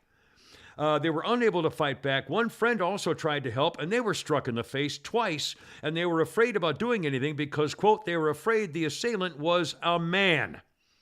Police said the students who witnessed the fight speculated it was a guy, but they didn't know for sure because he was dressed like a girl. The police found there was no gender listed on the transgender student's birth certificate, and a paternity affidavit listed the student as male. The mother further confirmed her child was born as a male but identified as a girl. The mother said, well, he has suffered a lot of mental and emotional abuse and been, the victims were bullying him, for being transgender. And there were Snapchat posts on social media, videos and stuff. And so the officer told him to take those all down. By the way, the kid is no longer at the school. But one of the students involved in the fight is transgender, using the women's restroom in violation of state law, which requires students to use the restrooms according to the sex on their birth certificate. But the student had only just begun going to that school a few days before, and nobody officially knew. This is just, here we go. Mentally ill. And it's still going on. Mentally ill. Anyway. Two quick stupid, or one quick stupid crime thing, which I think is absolutely hysterical. And then I want to brag about some friends here. In Boston, Michael Perry, 37 years old, is a murder suspect. He was in a high-rise apartment complex when police showed up and tried to capture him. He was on the 12th floor of an apartment building when he dove out the window to avoid the police catching him. When the police got there, they found out the guy inside the apartment was dead, which is why they were called, a sign of a murder of some kind. Significant signs of physical trauma.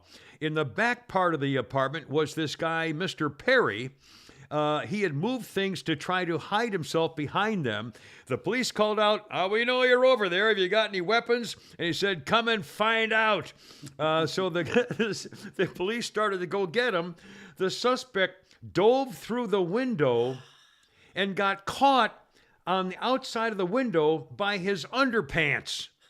So he is literally dangling on the outside of the apartment window 12 stories up by his underpants. That's the only thing catching him from falling to the ground. What brand was that? I want to know. So the police pulled him back in, and he's under arrest. That should be an ad. Oh, It saves your life. God. Can you imagine? It's upside down. That's pretty funny. Anyway, coming up, the hero dog, the sad but will be happy kitty, and the story of Puma 22. Kind of sad, and also a little horrifying in a way, but I'll get to that in a second. First of all, bragging about flagco.com. And I think you still do this for Christmas, but you better hurry. Flagco.com has your American flag, your state flag, your country flag, your military flag, your banners, whatever you're looking for. They can make any flag you're looking for. Flagco.com. Local Georgia company. They do it all by hand right here. This my flag, I fly every day, and it's getting up there in age, but it's still crispy, white, beautiful, red, white, and blue. It's a quality with I've got the white pole and the silver thing, and it spins around so it doesn't get trapped and limited. It's just great quality stuff. They have kits for hanging them indoors or outdoors, on the patio, on the side of the house, on brick walls. They can help you do that too. Lighting kits, beacons with silver and gold, flag ornaments, the whole deal. And again, flags of all kinds. But in time for Christmas, the Starry Night flagpole Christmas lights comes with everything except the pole. If you don't have a 15 to 25 foot flagpole, they can build one for you. They have cool white, warm white, red, blue, and multicolor sets of lights for the Starry Night. There's a mini version, includes everything, including the 10-foot pole, and you'll love what those colors can do for you. The second special right now, trailer hitch flagpole kit. They have ones that take on a single or double flag hitch kit, and they can do that for you right there at flagco.com. The third item, the 20-foot telescopic pole with wheelbase. It's perfect for tailgating. You slide it under a tire to keep the weight so it keeps it down. When the game is over, you collapse it down, put it into a package, off you go for the next week. Don't forget, I believe they're still looking for 2 or 3 warehouse workers. So if you're looking for work, not only for the holiday, but for work, there you are, flagco.com. Here's a phone number, 800-962-0956, and on the web, flagco.com. And again, our great appreciation. Our voice at Flagco. Okay, let's see. Oh, this is a happy story. In Louisiana, a little girl, a 7-year-old girl named Abigail, and her 4-year-old sister Cecilia were in Folsom, Louisiana, and they were out with their golden retriever doggie in the nearby woods, and the doggie started running around, and they started running around after the doggie, and all of a sudden, Mama says, where are the kids? The property is like 6 acres and then goes on to something else, and she said, oh my God, the kids are gone. So she and the neighbors started searching for the girls for hours and hours and hours, and they eventually found the girls after the dog was barking. But at first, the search team wasn't going anywhere near the girls because the dog wouldn't let them. He was circling the search team, growling at them, charging them to keep them back. They were like 1.5 miles away from the family home. The dog had laid on top of them when they got tired and were scared and were laying down. The golden retriever laid on top of them to protect them. The family said the kids gotten lost, tried to give up with the dog. He kept running ahead of us, they said. We were trying to follow him, but he was just too fast. And the doggie's father says, his name is Artemis, golden retriever named Artemis. He said they have forgiven him for running off. He's gotten a free pass, and I won't be fussing at him for chewing up blankets and shoes, at least for a while. So it was a happy ending. The dog protected the little kids. Now, not quite a happy story ending for the Los Angeles mountain lion nicknamed Hollywood Cat, otherwise known as Puma 22. You may have, all last week, this cat was in the news because he had been euthanized after being caught in the neighborhoods of the hills of Los Angeles again. For a very long time, he had been eating neighbors' dogs. And still, they looked at him as a Hollywood pet. That he was a pet. They thought it was, they'd see this exotic cougar, and even though he'd eat one of their dogs once in a while, nobody shot him, nobody tried to catch him. He was a famous celebrity puma in the Hollywood Hills. Well, apparently he got hit by a car, And he was in somebody's yard, and they came and euthanized, or they came and what do you call it? They tranquilized him. Took him to the vet and determined he had a skull fracture and illnesses including kidney and liver disease, skin infections. He had lost 25 or 30% of his weight. And so he had a GPS collar on him because they had known about him forever and ever. And after he got hit by the car, and they put him they took him to the vet, and they had to euthanize him because he couldn't survive. He was 12 years old, which is longer than most male mountain lions ever live. And they tried to save his life, but again, he was eating their pets. And you still try to save his life and keep him let him go in the neighborhood with his collar on. And I'm thinking, wait a minute, he ate your freaking dog? That's a big state. They could put him in a cage, take him to the Sierra Nevada, and let him out. Yeah. Anyway, he became the face of the wildlife campaign, which is why they built the bridge over the interstate so that mountain lions and deer and stuff could go over the bridge to get to the other side. How are they going to know? He was called the Hollywood Cat, despite he ate a bunch of small dogs in the area. He was the face of the campaign to build that bridge for coyotes and deer and animals over the Santa Monica Mountains to the wildlands of the north. And now he's dead. Had to euthanize him. So, and it's too bad. It's, anyway. Now, one more kitty story, and this is sad but not. Sad but not. Sad but not. And again, I think I put the video of Lucas, and I'm really happy to see his little collar is very flexible. So I feel a lot better than I spent all weekend thinking, oh, that poor little cat with a little hard plastic cot on. Well, they told me that because there could be a chance he'd have to wear that one if he kept on trying to go for his wound. But he's doing all right. But yeah, he hasn't been, and his wound is fine. And how long does that stay on now? It's been 3 days. It's been 3 days. Some say 7, but I'm not gonna do 7. I mean, I'll probably do maybe another day or 2. Yeah. Again, if he's going at his wound, then I'll put it on. But if he's fine, I'm not gonna. Well, anyway, I'm glad to see that. But the story in the news is a little kitty cat named Ellie. Ellie is 4 years old, black and white cat in Virginia. And a Twitter user wrote the story, "This is the saddest thing I've ever seen. This cat," they have a picture of her, "this cat was returned to the shelter because she wanted to cuddle with her owners every night." In a listing of this on Twitter using a cat's voice, it says, "I was returned because I wanted to sleep with my human at night and I wasn't allowed to, so I would cry outside the bedroom door." Well, the Twitter user followed up her tweet by saying Ellie was at the Chester, Virginia PetSmart. The cat was literally such a love bug and did nothing to deserve this. Was that a direct quote from the cat, by the way? It was. She's been... Not a cat person, are we? No, I'm just asking. She'd been spayed and had all her shots.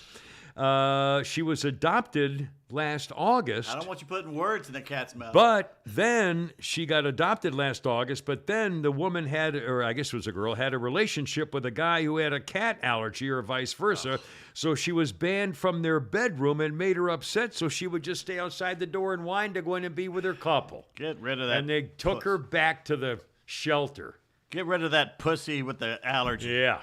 Anyway, so now this cat has been. I mean, do you really want to be with a guy who has evolved to the point that he has a cat allergy? Because what other maladies is he going to have? He's not a survivor. He's not part of Darwinism. I'm sorry. I know. He's not a man you want to procreate with. Come on. Don't make more cat allergy. Snap out of it. Ladies. All right. Now, I got to do this. A couple of quick crime things. And I'm getting kind of livid about this. And again, we're not a newscast, and I don't want to do a lot of crime stuff. It's Christmas week. But just for the record, over the weekend, once again, a few weeks ago, remember the 12-year-old and a 15-year-old were murdered near Atlantic Station. More teens were shot. Well, 2 more Atlanta teens, including a 16-year-old and a 14-year-old, were shot over the weekend. And at the retreat at Greenbrier Apartments, a complex so crime rampant that it's the police have considered the neighborhood a war zone, and it's been listed in the investigation under dangerous dwellings, a series of dangerous dwellings. Apparently, one group of kids arrived at the apartment with guns. Another group opened fire. Deadly shootout, 3 others injured, a boy and a girl, 15 and 11-year-old shot. My heart is broken for these families, says Mayor Andre Dickens. Oh, my heart is broken. Well, then go into those complexes and take away their guns. You know where they are. Call it a crime scene. Call it a justify. Huh? There's a Second Amendment. You can't just take people's guns. If this crime scene is so dangerous that the police can't go in there, clearly there has to be some kind of a maneuver where the police are allowed to. All they have to do then is to go in there. And as soon as they see some guy coming out a window with a gun, then you take care of the issue. By the way, Rocco says, after you read that list of maladies, Yeah. I'm surprised they didn't rename the puma Lucky. Anyway, Mayor Dickens saying, I'm heartbroken. We have to stop these shootings. Well, my God. Now, The 12-year-olds, they got in a fight on social media, so he went over there with guns. Right. Now, here's the reason I'm even mentioning the story at all, because, I always say if there's an issue with child crime, look at the family. Is there a mommy and a daddy? Did they read stories to him before he went to bed at night? Do they know where he goes to school? Did they know his teacher? Did they look at his homework? I mean, all those questions about raising a family. Do you have dinner at the table every night? Talk about your day. Do you hold the chair out for your mother when she comes in the room? I mean, all the stuff you should do as a family. Both of this 16-year-old's parents were very present in his life. He was a straight-A student, got involved with the wrong crowd, and would not listen to reason. The mother says, we called, we tried. I know it's not all on the law, but there has to be some program, somebody to acknowledge there is a program or a problem when parents reach out. Hear the cry for help, not as them trying to put the children off on somebody. Yes, Justin got caught up, but these are wake-up calls. We are not making any excuses. This is the mother speaking. We are not trying to say, oh, he was just perfect kid, because he wasn't. But we've got to do something to keep these kids engaged. We have to do something. It's a wake-up call. We're not making excuses. And even the family said, my God. Villains is calling you a fascist for wanting to take the guns away. Oh, okay, let them kill each other. I don't care. Fine. I mean, they're just clearly, if there's if the situation is so bad that the police are calling it a crime zone, then you'd think that there would be some kind of an issue where maybe police just have to go knocking door to door with a pamphlet saying, we hear there's some dangerous people here in this community. We're hoping that maybe, something to be a show of presence in the community. There's no men. That's the problem. Yeah. There's no daddies. Yeah. That's the problem. This can't continue. I mean, otherwise, the mayor's saying, oh, we have to crack down. No, you're not. You're not doing anything. Here's how bad it is. Once a year for Christmas, I like to go downtown to a couple stores I like down there and get some weird stuff. And there's one across from the old Sears building, across Ponce de Leon, which is a police precinct. Right. It used to be the headquarters. It doesn't matter anymore. There's a restaurant across the street I love to eat at called Eats. Once a year, I like to go down and do that. I am afraid to go down there in the middle of the day across from a police precinct, the former headquarters, and park in that parking lot car? the broad of the day. I wouldn't do it. And walk inside, because I'm afraid while I'm eating inside, someone's going to mess with the car. Or you're a target. Or I'm a target when I go back out to the car, because there's nothing but bums and crazy people walking all around there. What are you doing down here? Yeah. I'll tell you what I'm doing down here. Anything this gun lets me do down here. Yeah, that's right. Anyway, it's it's that bad down in Atlanta. It's not one world. That used to be that was my neighborhood. Okay, that's my point. If everybody knows it, and again, the police know where the gangbangers are. They know where the gang's headquarters are. I mean, so okay. So there ought to be something, let's do something. Because Atlanta is one of the biggest urban communities in the country. I mean, they're not going to mess with that. That'd be racist. Yeah.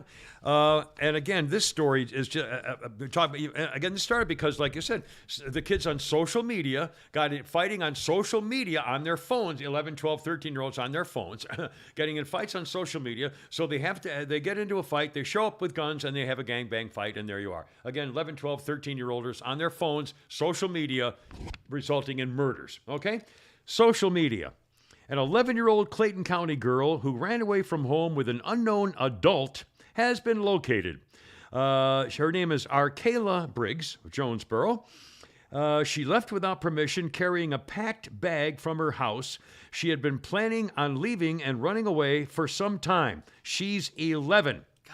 It was part of a human trafficking investigation. The parents say their daughter deleted her social media accounts. She's 11 and has social media accounts. Their daughter deleted such and had not been answering her phone. They believe she met the adult on Instagram before running away. Parents, we encourage you, check phones, check internet. You never know, said Kenesha Moss. Our Kayla, we love you, come home. One of the things she said is beware of what your child is doing on the phone, what apps they're involved in or playing on. Do have chats on these games, just be careful. Since the investigation, we have many external parties interrupt or interfere with the progress of this investigation. And her leaving, said the cops, you're not helping, you're hindering. Our Kayla left home of her own volition, so the case was never considered a kidnapping. At 11? 11.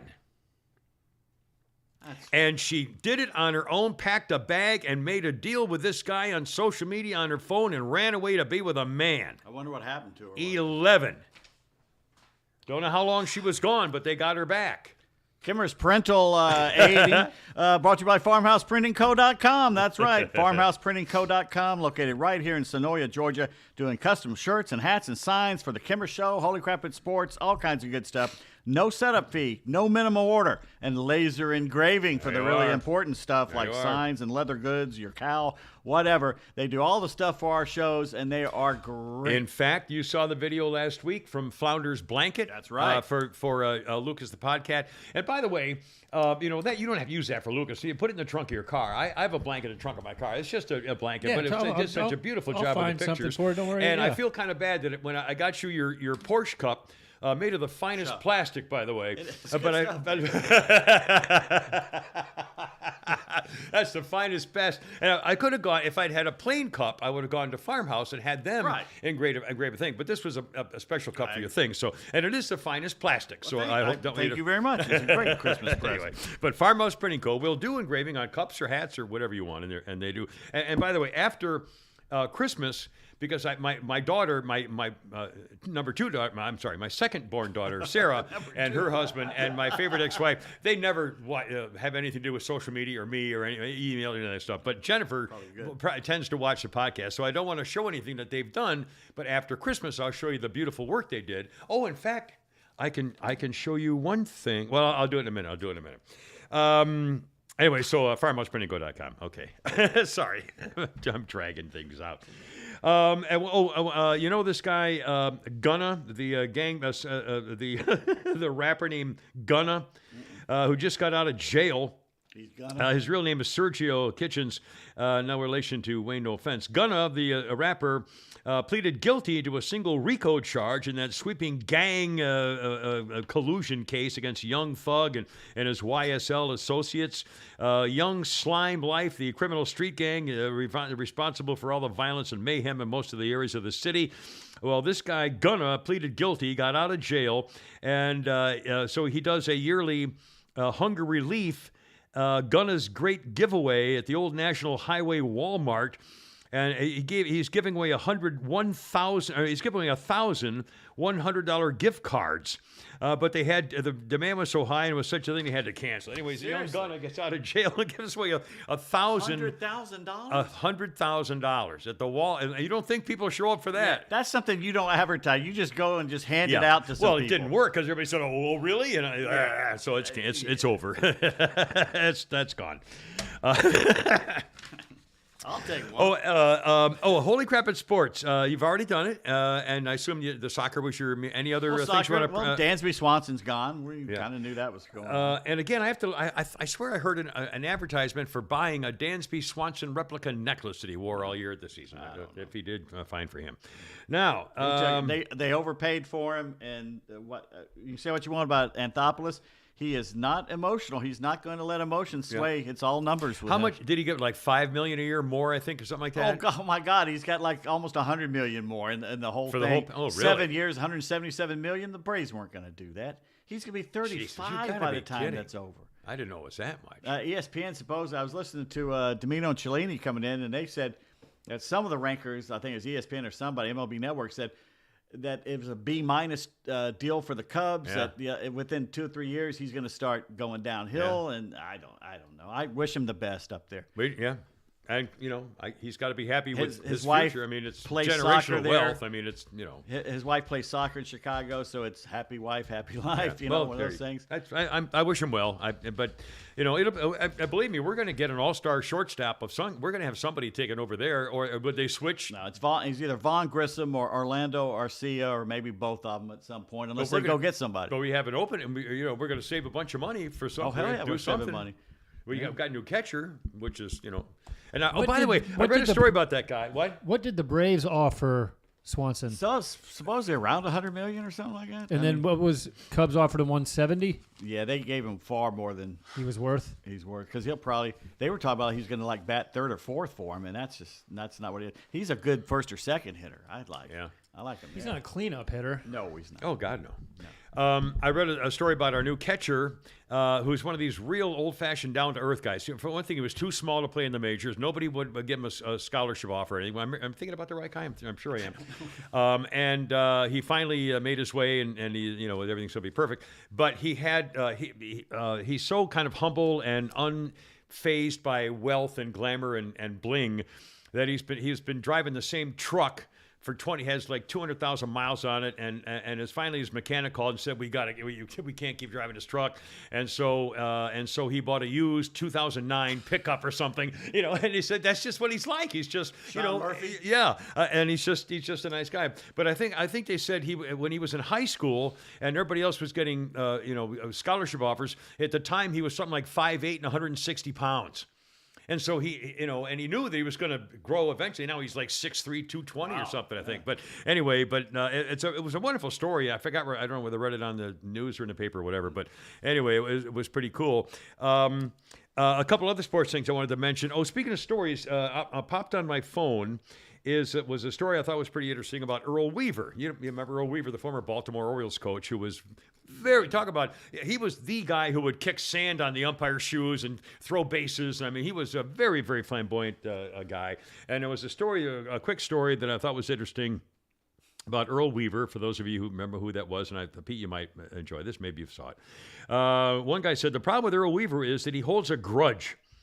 Other managers, if they disagree with a call, they may holler and shout, but you can still go out for a beer with him after the game. Not Earl. He never forgets. Heck, he even holds your minor league record against you. Once, a couple of years ago, I made a controversial call at the plate. Earl charged out of the dugout screaming that was the same call I'd blown at Elmira, New York in 1966. He said that sort of thing can really get to you. Umpire Ron Luciano in Sports Illustrated 40 or 50 years ago. Earl Weaver. I don't have the network, whatever that show the game was on, but Matt Ryan, another choke job. Oh, Jesus. That guy is he's a loser. Yeah. He's a good person, but that guy is now responsible for the biggest blown lead in the Super Bowl history, and the biggest blown lead. Not Kyle Shanahan, no Dan Quinn to blame this time. Yeah. Matt Ryan. Yeah, it's a shame. It's too bad. It's a shame.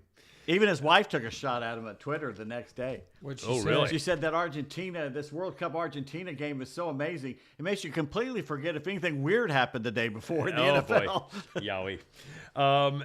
Now, the end of the Patriots and the Raiders game. That's another idiot. Oh, my God. If you haven't seen that video... Belichick looked like he was about to kill somebody. I'm surprised he didn't just quit right there. I'm surprised he didn't make him. No, you're not getting on the plane. You're walking back to Foxborough.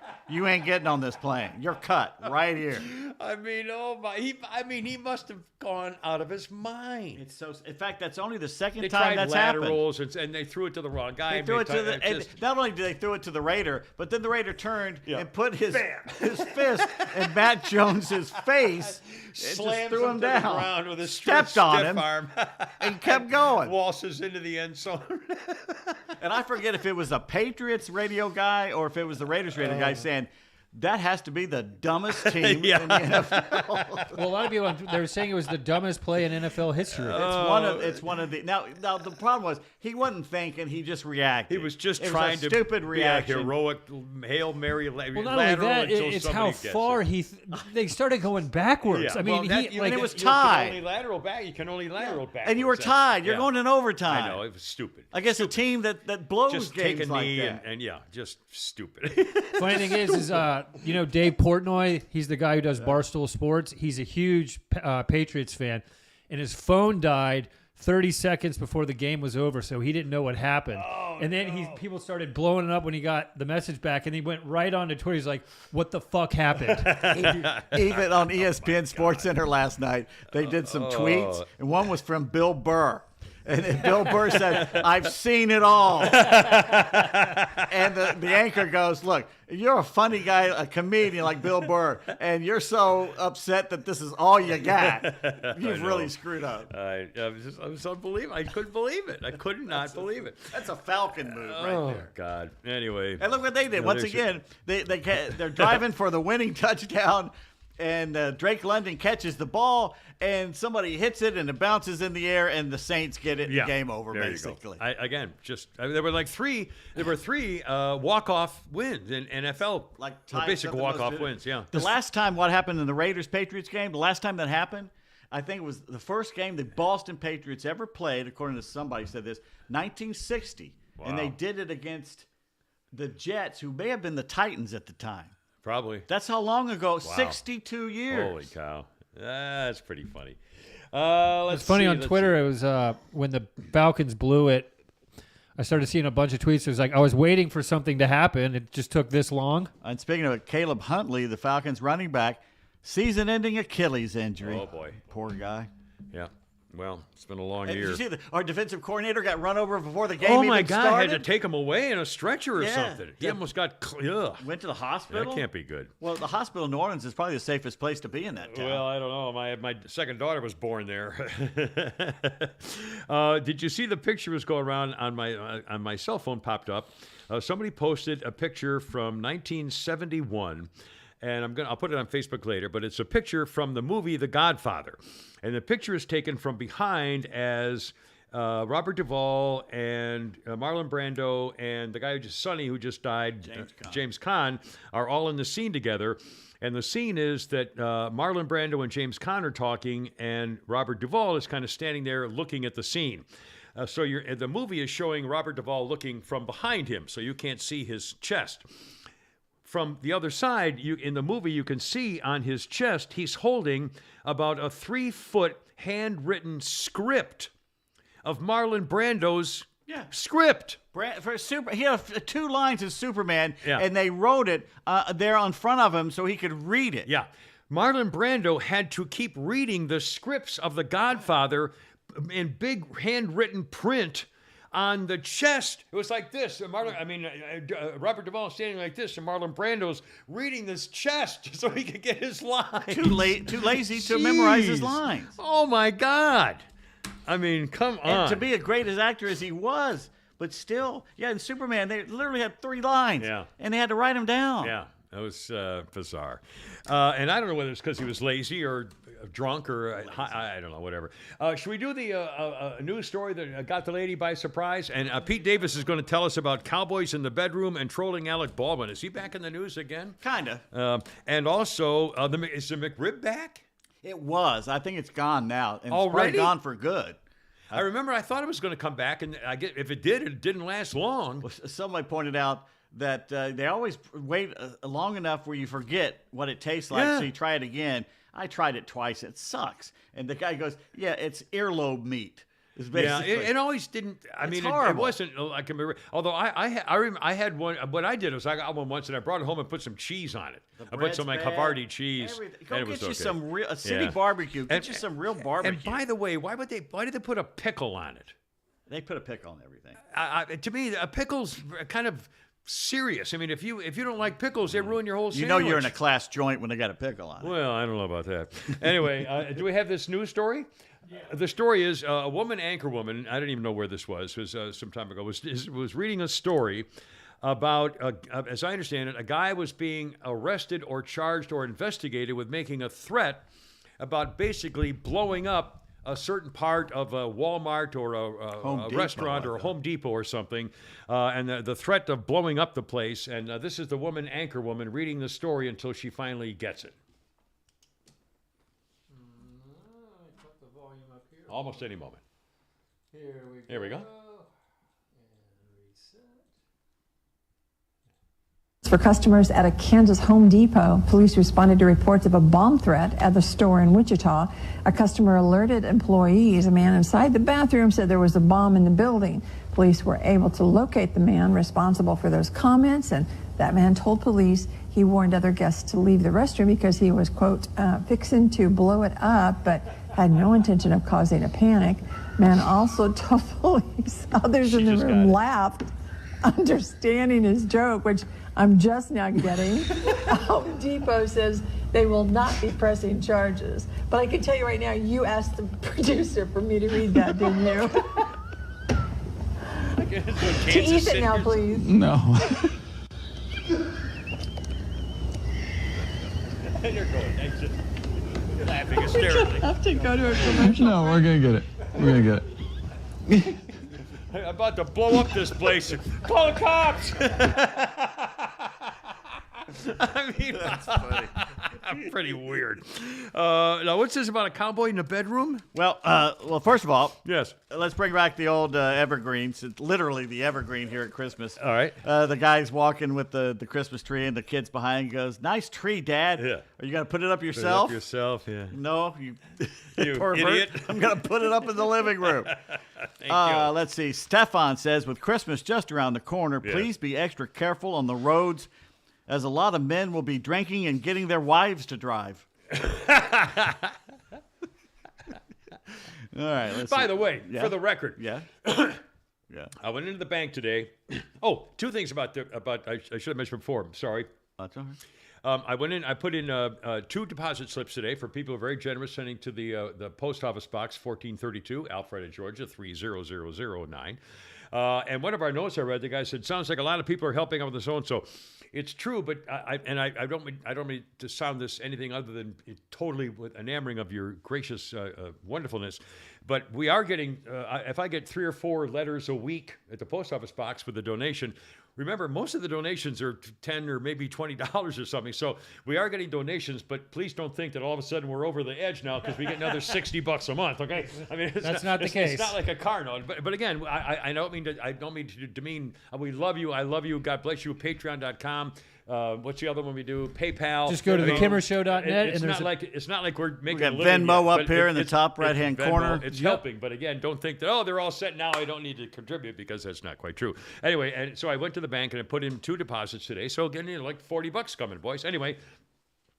As I'm coming out of the park, I want to come out of the parking lot and I want to take a left-hand turn out of the parking lot. Coming into the parking lot is a woman driving her $100,000 SUV, and she's taking such a wide turn that she's going to hit me. I know. So I have to back up so that she can come in the entrance. Okay, and I back up and I stop, and of course she, looks, like that when I backed up, and I started to go forward. Here comes another woman. And she is taking such a wide turn, I have to back up again. Land yachts. She in a Land Rover. I mean, come on, ladies. I mean, anyway. They drive like they're Panzers. Jesus. All Panzer right. tanks. All right, now I think I interrupted you. All right. What to do if you wake up at 3 a.m. This happens to all of us. All right. What to do if you wake up at 3 a.m. and there's a cowboy standing in your room? Well, I think we've all been there. Step 1. Check to see if you have traveled back to cowboy times. All right, sir. This can easily be done by asking, is this cowboy times? Step 2. If they say, yes, it is cowboy times, then that explains everything. Back to bed. Back to bed. Step 3. If it is not cowboy times, ask, cowboy, why are you here? Or, why are you here, cowboy? Step 4. If they say, I need your help to find my magical horse, Rex, go with them, because this kind of thing doesn't happen very often. Step 5. If they don't say that, then this is a bad cowboy. Step 6. Deploy anti-cowboy measures. Somebody went through the trouble of giving us a little primer. Sitting at home. All right, this happened a couple months ago. Something. The anniversary came up of Alec Baldwin murdering that poor a girl? cinematographer. Yeah. Gang shooting. And so that day he actually put a thing on his Instagram. It was 1 year ago today.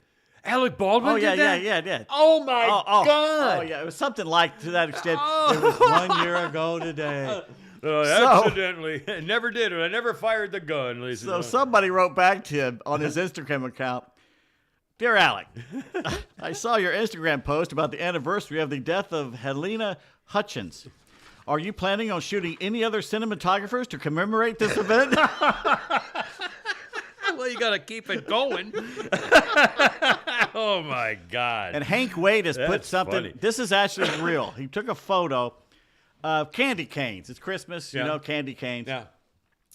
Proof the world is ending. Twinkies has come up with a candy cane flavor. It's candy cane, Twinkie candy canes. Oh, no, I don't. Well, actually, if it's peppermint, I guess it's just peppermint Twinkies. No, it's Twinkie flavored. Oh, wait. Oh, it's the candy cane with a Twinkie flavor candy cane. Oh, no, I Yes, don't sir. see that at all. You don't? Eating a candy cane that tastes like a Twinkie? Yeah. No, I don't. The Plus, when's the last time you ate a candy cane? It's been a while. I mean, you know, they're around. As Everybody kids, we gets used to candy do it. canes, but do anybody actually take the candy cane, take that paper off, and eat a candy cane? No, No, I don't think so. I don't think so. Horses love them. I give candy canes out to horses at Christmas time. The Boston Strategizer says, if you had thrown Matt Ryan into the Persian army at Thermopylae, those 300 Spartans would have found a way to win. Oh, God. Here's I something- feel bad. You know, it's too bad, but it's feel true. bad It's for him. just There's that- and afterwards, Screw you're, it. well, you know, we didn't finish on the drives. We settled for field goals. Yeah, that's your reason to live. Right. Is settling for field goals. There you go. The word Q. Can you spell the word Q? QUE. Like Q in a line? QUE. Oh, no. QUE. Quick. It's something like no. Oh, no. I wait a minute. Isn't it like, isn't it QUECUE or something like that? Think about it a second. The word Q, which is a British word for like standing in line. Yeah. It's a line. Yeah.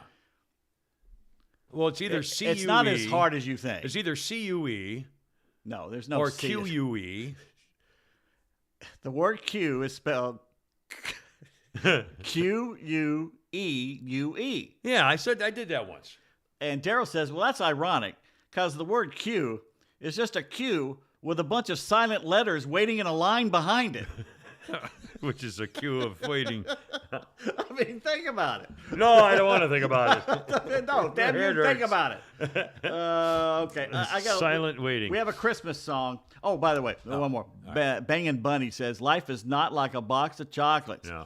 It's more like a jar of jalapenos. What you do today might burn your ass tomorrow. Ho, hey-oh.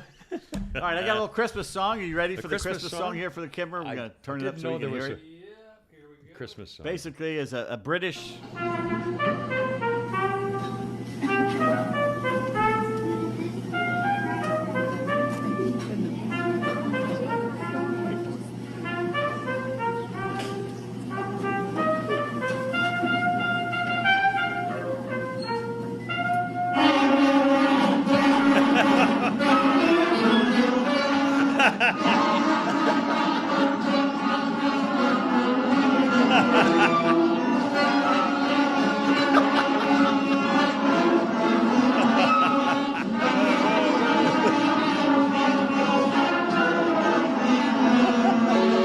It's John Fetterman's Hallelujah Seriously. Chorus in Pennsylvania. It is a British Where's that school, from? British? a British school band, a bunch of kids, and they were doing so well in the solo. Can you imagine the parents look? Actual. parents That's thinking, my boy on the first trombone. I spent $1,000 on that baritone, and this is what I'm getting. God.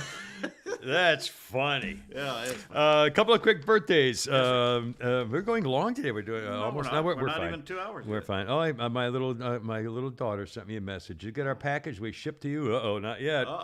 Unless it's there when I get here, when I get home, and then I got to go to the doctor's this afternoon.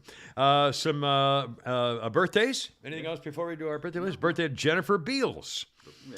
59 years old today. She was in the I Love Lesbians or whatever it is, and the Slutty Dancer. Alyssa Milano, the disgusting. She looks like she's got a silly putty face all of a sudden. She's done so much things to her face. Alyssa Milano is 50. Jake Gyllenhaal is 42.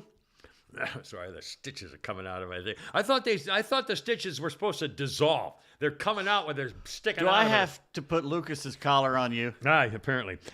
Tim Reed. From the famous WKRP. WKRP, 78. What was his title? Venus Flytrap. Venus Flytrap. Tim Reed, fine actor, 78 degree. Was he the one who did the Courvoisier, the Doctor of Love? The Doctor of I think he. No, you're thinking of Tim Meadows. Oh, is that? Yeah, Tim SNL, Meadows. My yeah. bad. Christy Swanson. She's been around for a while as an actress, 53. Yeah, I remember Mike Lookinland was one of the Brady Bunch. He was the middle kid. 62. Peter. Yep, 62. Ronan Farrow. No, Mike Lookinland was the baby. He was the boy, little boy. He was the baby boy. I don't know. He's the Brady Bunch. He's 62, so that may have been right because that was like 40 years ago. No, actually, wait a that minute. would be the middle one because he's Yeah. older than me. Yeah, Yeah. probably. Ronan Farrow, Frank Sinatra's kid. I'm sorry, Emil Farrow with a Woody Allen. 35. Yeah. And Hall of Famer Warren Sapp, football player, 50 years old today. That's true. A couple of historical things of note. 1942, World War veteran and daredevil Eddie Rickenbacker was pulled out of the Pacific Ocean after being lost at sea for 22 days. Yeah. Rickenbacker was on a special mission in World War II in the South Pacific when he went missing. He said he and 6 other men would have starved to death if they had not caught and eaten a seagull. Yeah, in fact, the Eddie Rickenbacker story, which is a great movie, talks about that, how they almost died. 1989, Homer, Marge, Bart, Lisa, and Maggie make their debut as the Simpson family in their half-hour debut on Fox in prime time. It became the longest-running sitcom and longest-running animated program in history. In 1987, they were featured as small snippets on The Tracy Ullman Show. I got not a friend, but a friend of a friend that I met out in L.A. back in the early 90s, who's a director, still directing The Simpsons. Wow. Stuff, What a story. You know, I love Family Guy. I've never really watched The Simpsons. For some reason, it never appealed to me. But the Family Guy, I've loved. Oh. In fact, I saw the other night some of the old Family Guys from like 2004. I don't know. Oh, they're raunchy. Oh, my God. Holy smokes. Making fun of disabled people. God. Thing about Eddie Rickenbacker, his father died in a machine accident when machines were first coming on. Really? So Wow. his mother made him promise to never do anything with machines, and he promised. It was a famous and then he age. became a race driver, Yeah. and then a famous pilot. Yeah, And he had to and- explain it to his mother. And Daredevil. Yeah. World War I flying ace. yep. He was our first. Yeah. 1998, Bent Billy Clinton is impeached by the House of Reps for perjury and obstruction of justice, an actual impeachment that was legit as opposed to the last two, but Republicans caved and let him off the hook.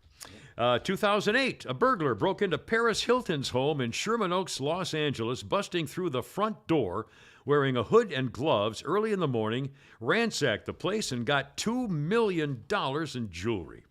You'd think there would have been a thing. 1843, Charles Dickens published his famous classic, A Christmas Carol in England. 1887, Jake Kilrain and Jim Smith had quite a bare-knuckles boxing match in 1887. It lasted 106 rounds, 2 hours and 30 minutes. The only reason they stopped the boxing match in a draw was because it got dark. 106 rounds, beating each other. Bare knuckles, no gloves. 1990, Bo Jackson became the first athlete chosen for the All-Star team in 2 professional sports, football and baseball. I have that poster of Nolan Ryan on the mound with a bloody nose being hit with a fastball from Bo Jackson. Bought it for a charity event. One more. Get your music ready if you, or rather a soundbite ready if you would, sir. Founder in 1996. The school board in Oakland, California votes to accept Black English or Ebonics as an official speech pattern. They eventually and later reversed their comments. However, hold on a second now. Oh, I was going to give you some things. I won't bother. I can't find it. Anyway, oh, yeah, here. I just did find it. Sorry. Here we go. Some of the famous Ebonics words that we all know. For example, if you talk about somebody's grill, that's their face. Kicks are sneakers. A biter is one who copies someone else. I don't know where the hell they got that particular song. Dilly means a deal. I got to make a dilly. Chips are money. Blade is a knife. Blaze is to smoke pot. Nizzle is an African-American man. Grimy is greedy, and grip is money. I don't know, I just feeling. But in case you're not really used to what Ebonics is, here is a very good example of someone helping some other fellows who had to have some translations done. Shit, man. That hunky muffin mess my old lady got to be running coal upside down his head, you know? Hey, home, I can dig it. No, he ain't gonna lay no more big rap up on you, man. I say, hey, Sky. Southern say I won't sing. Pray to Jay, I did the same old, same old. Hey, knock yourself a pro slick. The gray matter back, lot performers down, not take TCB in, man. Hey, you know what they say? See a broad to get that booty yak 'em. Leg her down or smack 'em, yak 'em. Cole got to be. You know? Shit. And at some point, Barbara Billingsley would come in there. That was the other thing I was hoping we'd play, but you got the idea. Where she tells the stewardess, "Oh, I speak jive." Here we go. Here's Barbara helping out. That he's in great pain and he won't. All right. Just hang loose, blood. She's gonna catch up on the rebound on the med side. What it is, Big Mama? My mama raised no dummies. I duck a rap. Cut me some slack, Jack. Say cutting can say we say be doing everything. Chump don't wanna help, Chump don't get the Say help. can't hang, say 7 up. Jive ass dude don't got no brains in it. Can you imagine putting that together? Barbara Billingsley with her pearls. Leave it to Beaver. Chump. Anyway. Bad Text Theater Bad time. Text Theater, boys. Is it time for the pizza one? It's really bad. We may have to give them 2 today. Okie dokie. What's the date? Today is December 19th, 2022. That's not important right That's now. not important right now. What's important is the date on November 13th, Sunday, November 13th. Gotcha. A That's day that will live in For me. 13. Here we go. 11. We have 2 hours to get this together. All right. Yeah, got it. I'll be you the first guy or the second guy? I'll be the first guy. All right, then. You shall start. Hey, you want to hear a pizza joke? Sure. Never mind. It's too cheesy.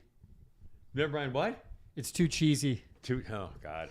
You're right. Dude. All right, let's give him a That's second one. not even close. All right, there's a guy and a girl. I'll be the girl. Okay, All there right. you go. Never date a tennis player Why? because love means nothing to them. 30 love is nothing.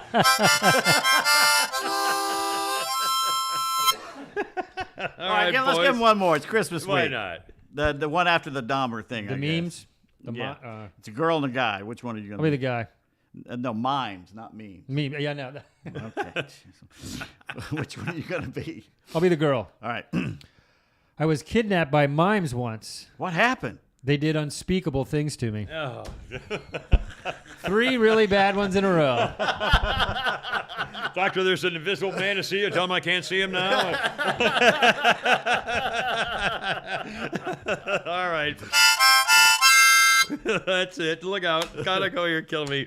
Boys, gotta love this country. Semper Fi, hoorah. God bless America. Look out. Thank you.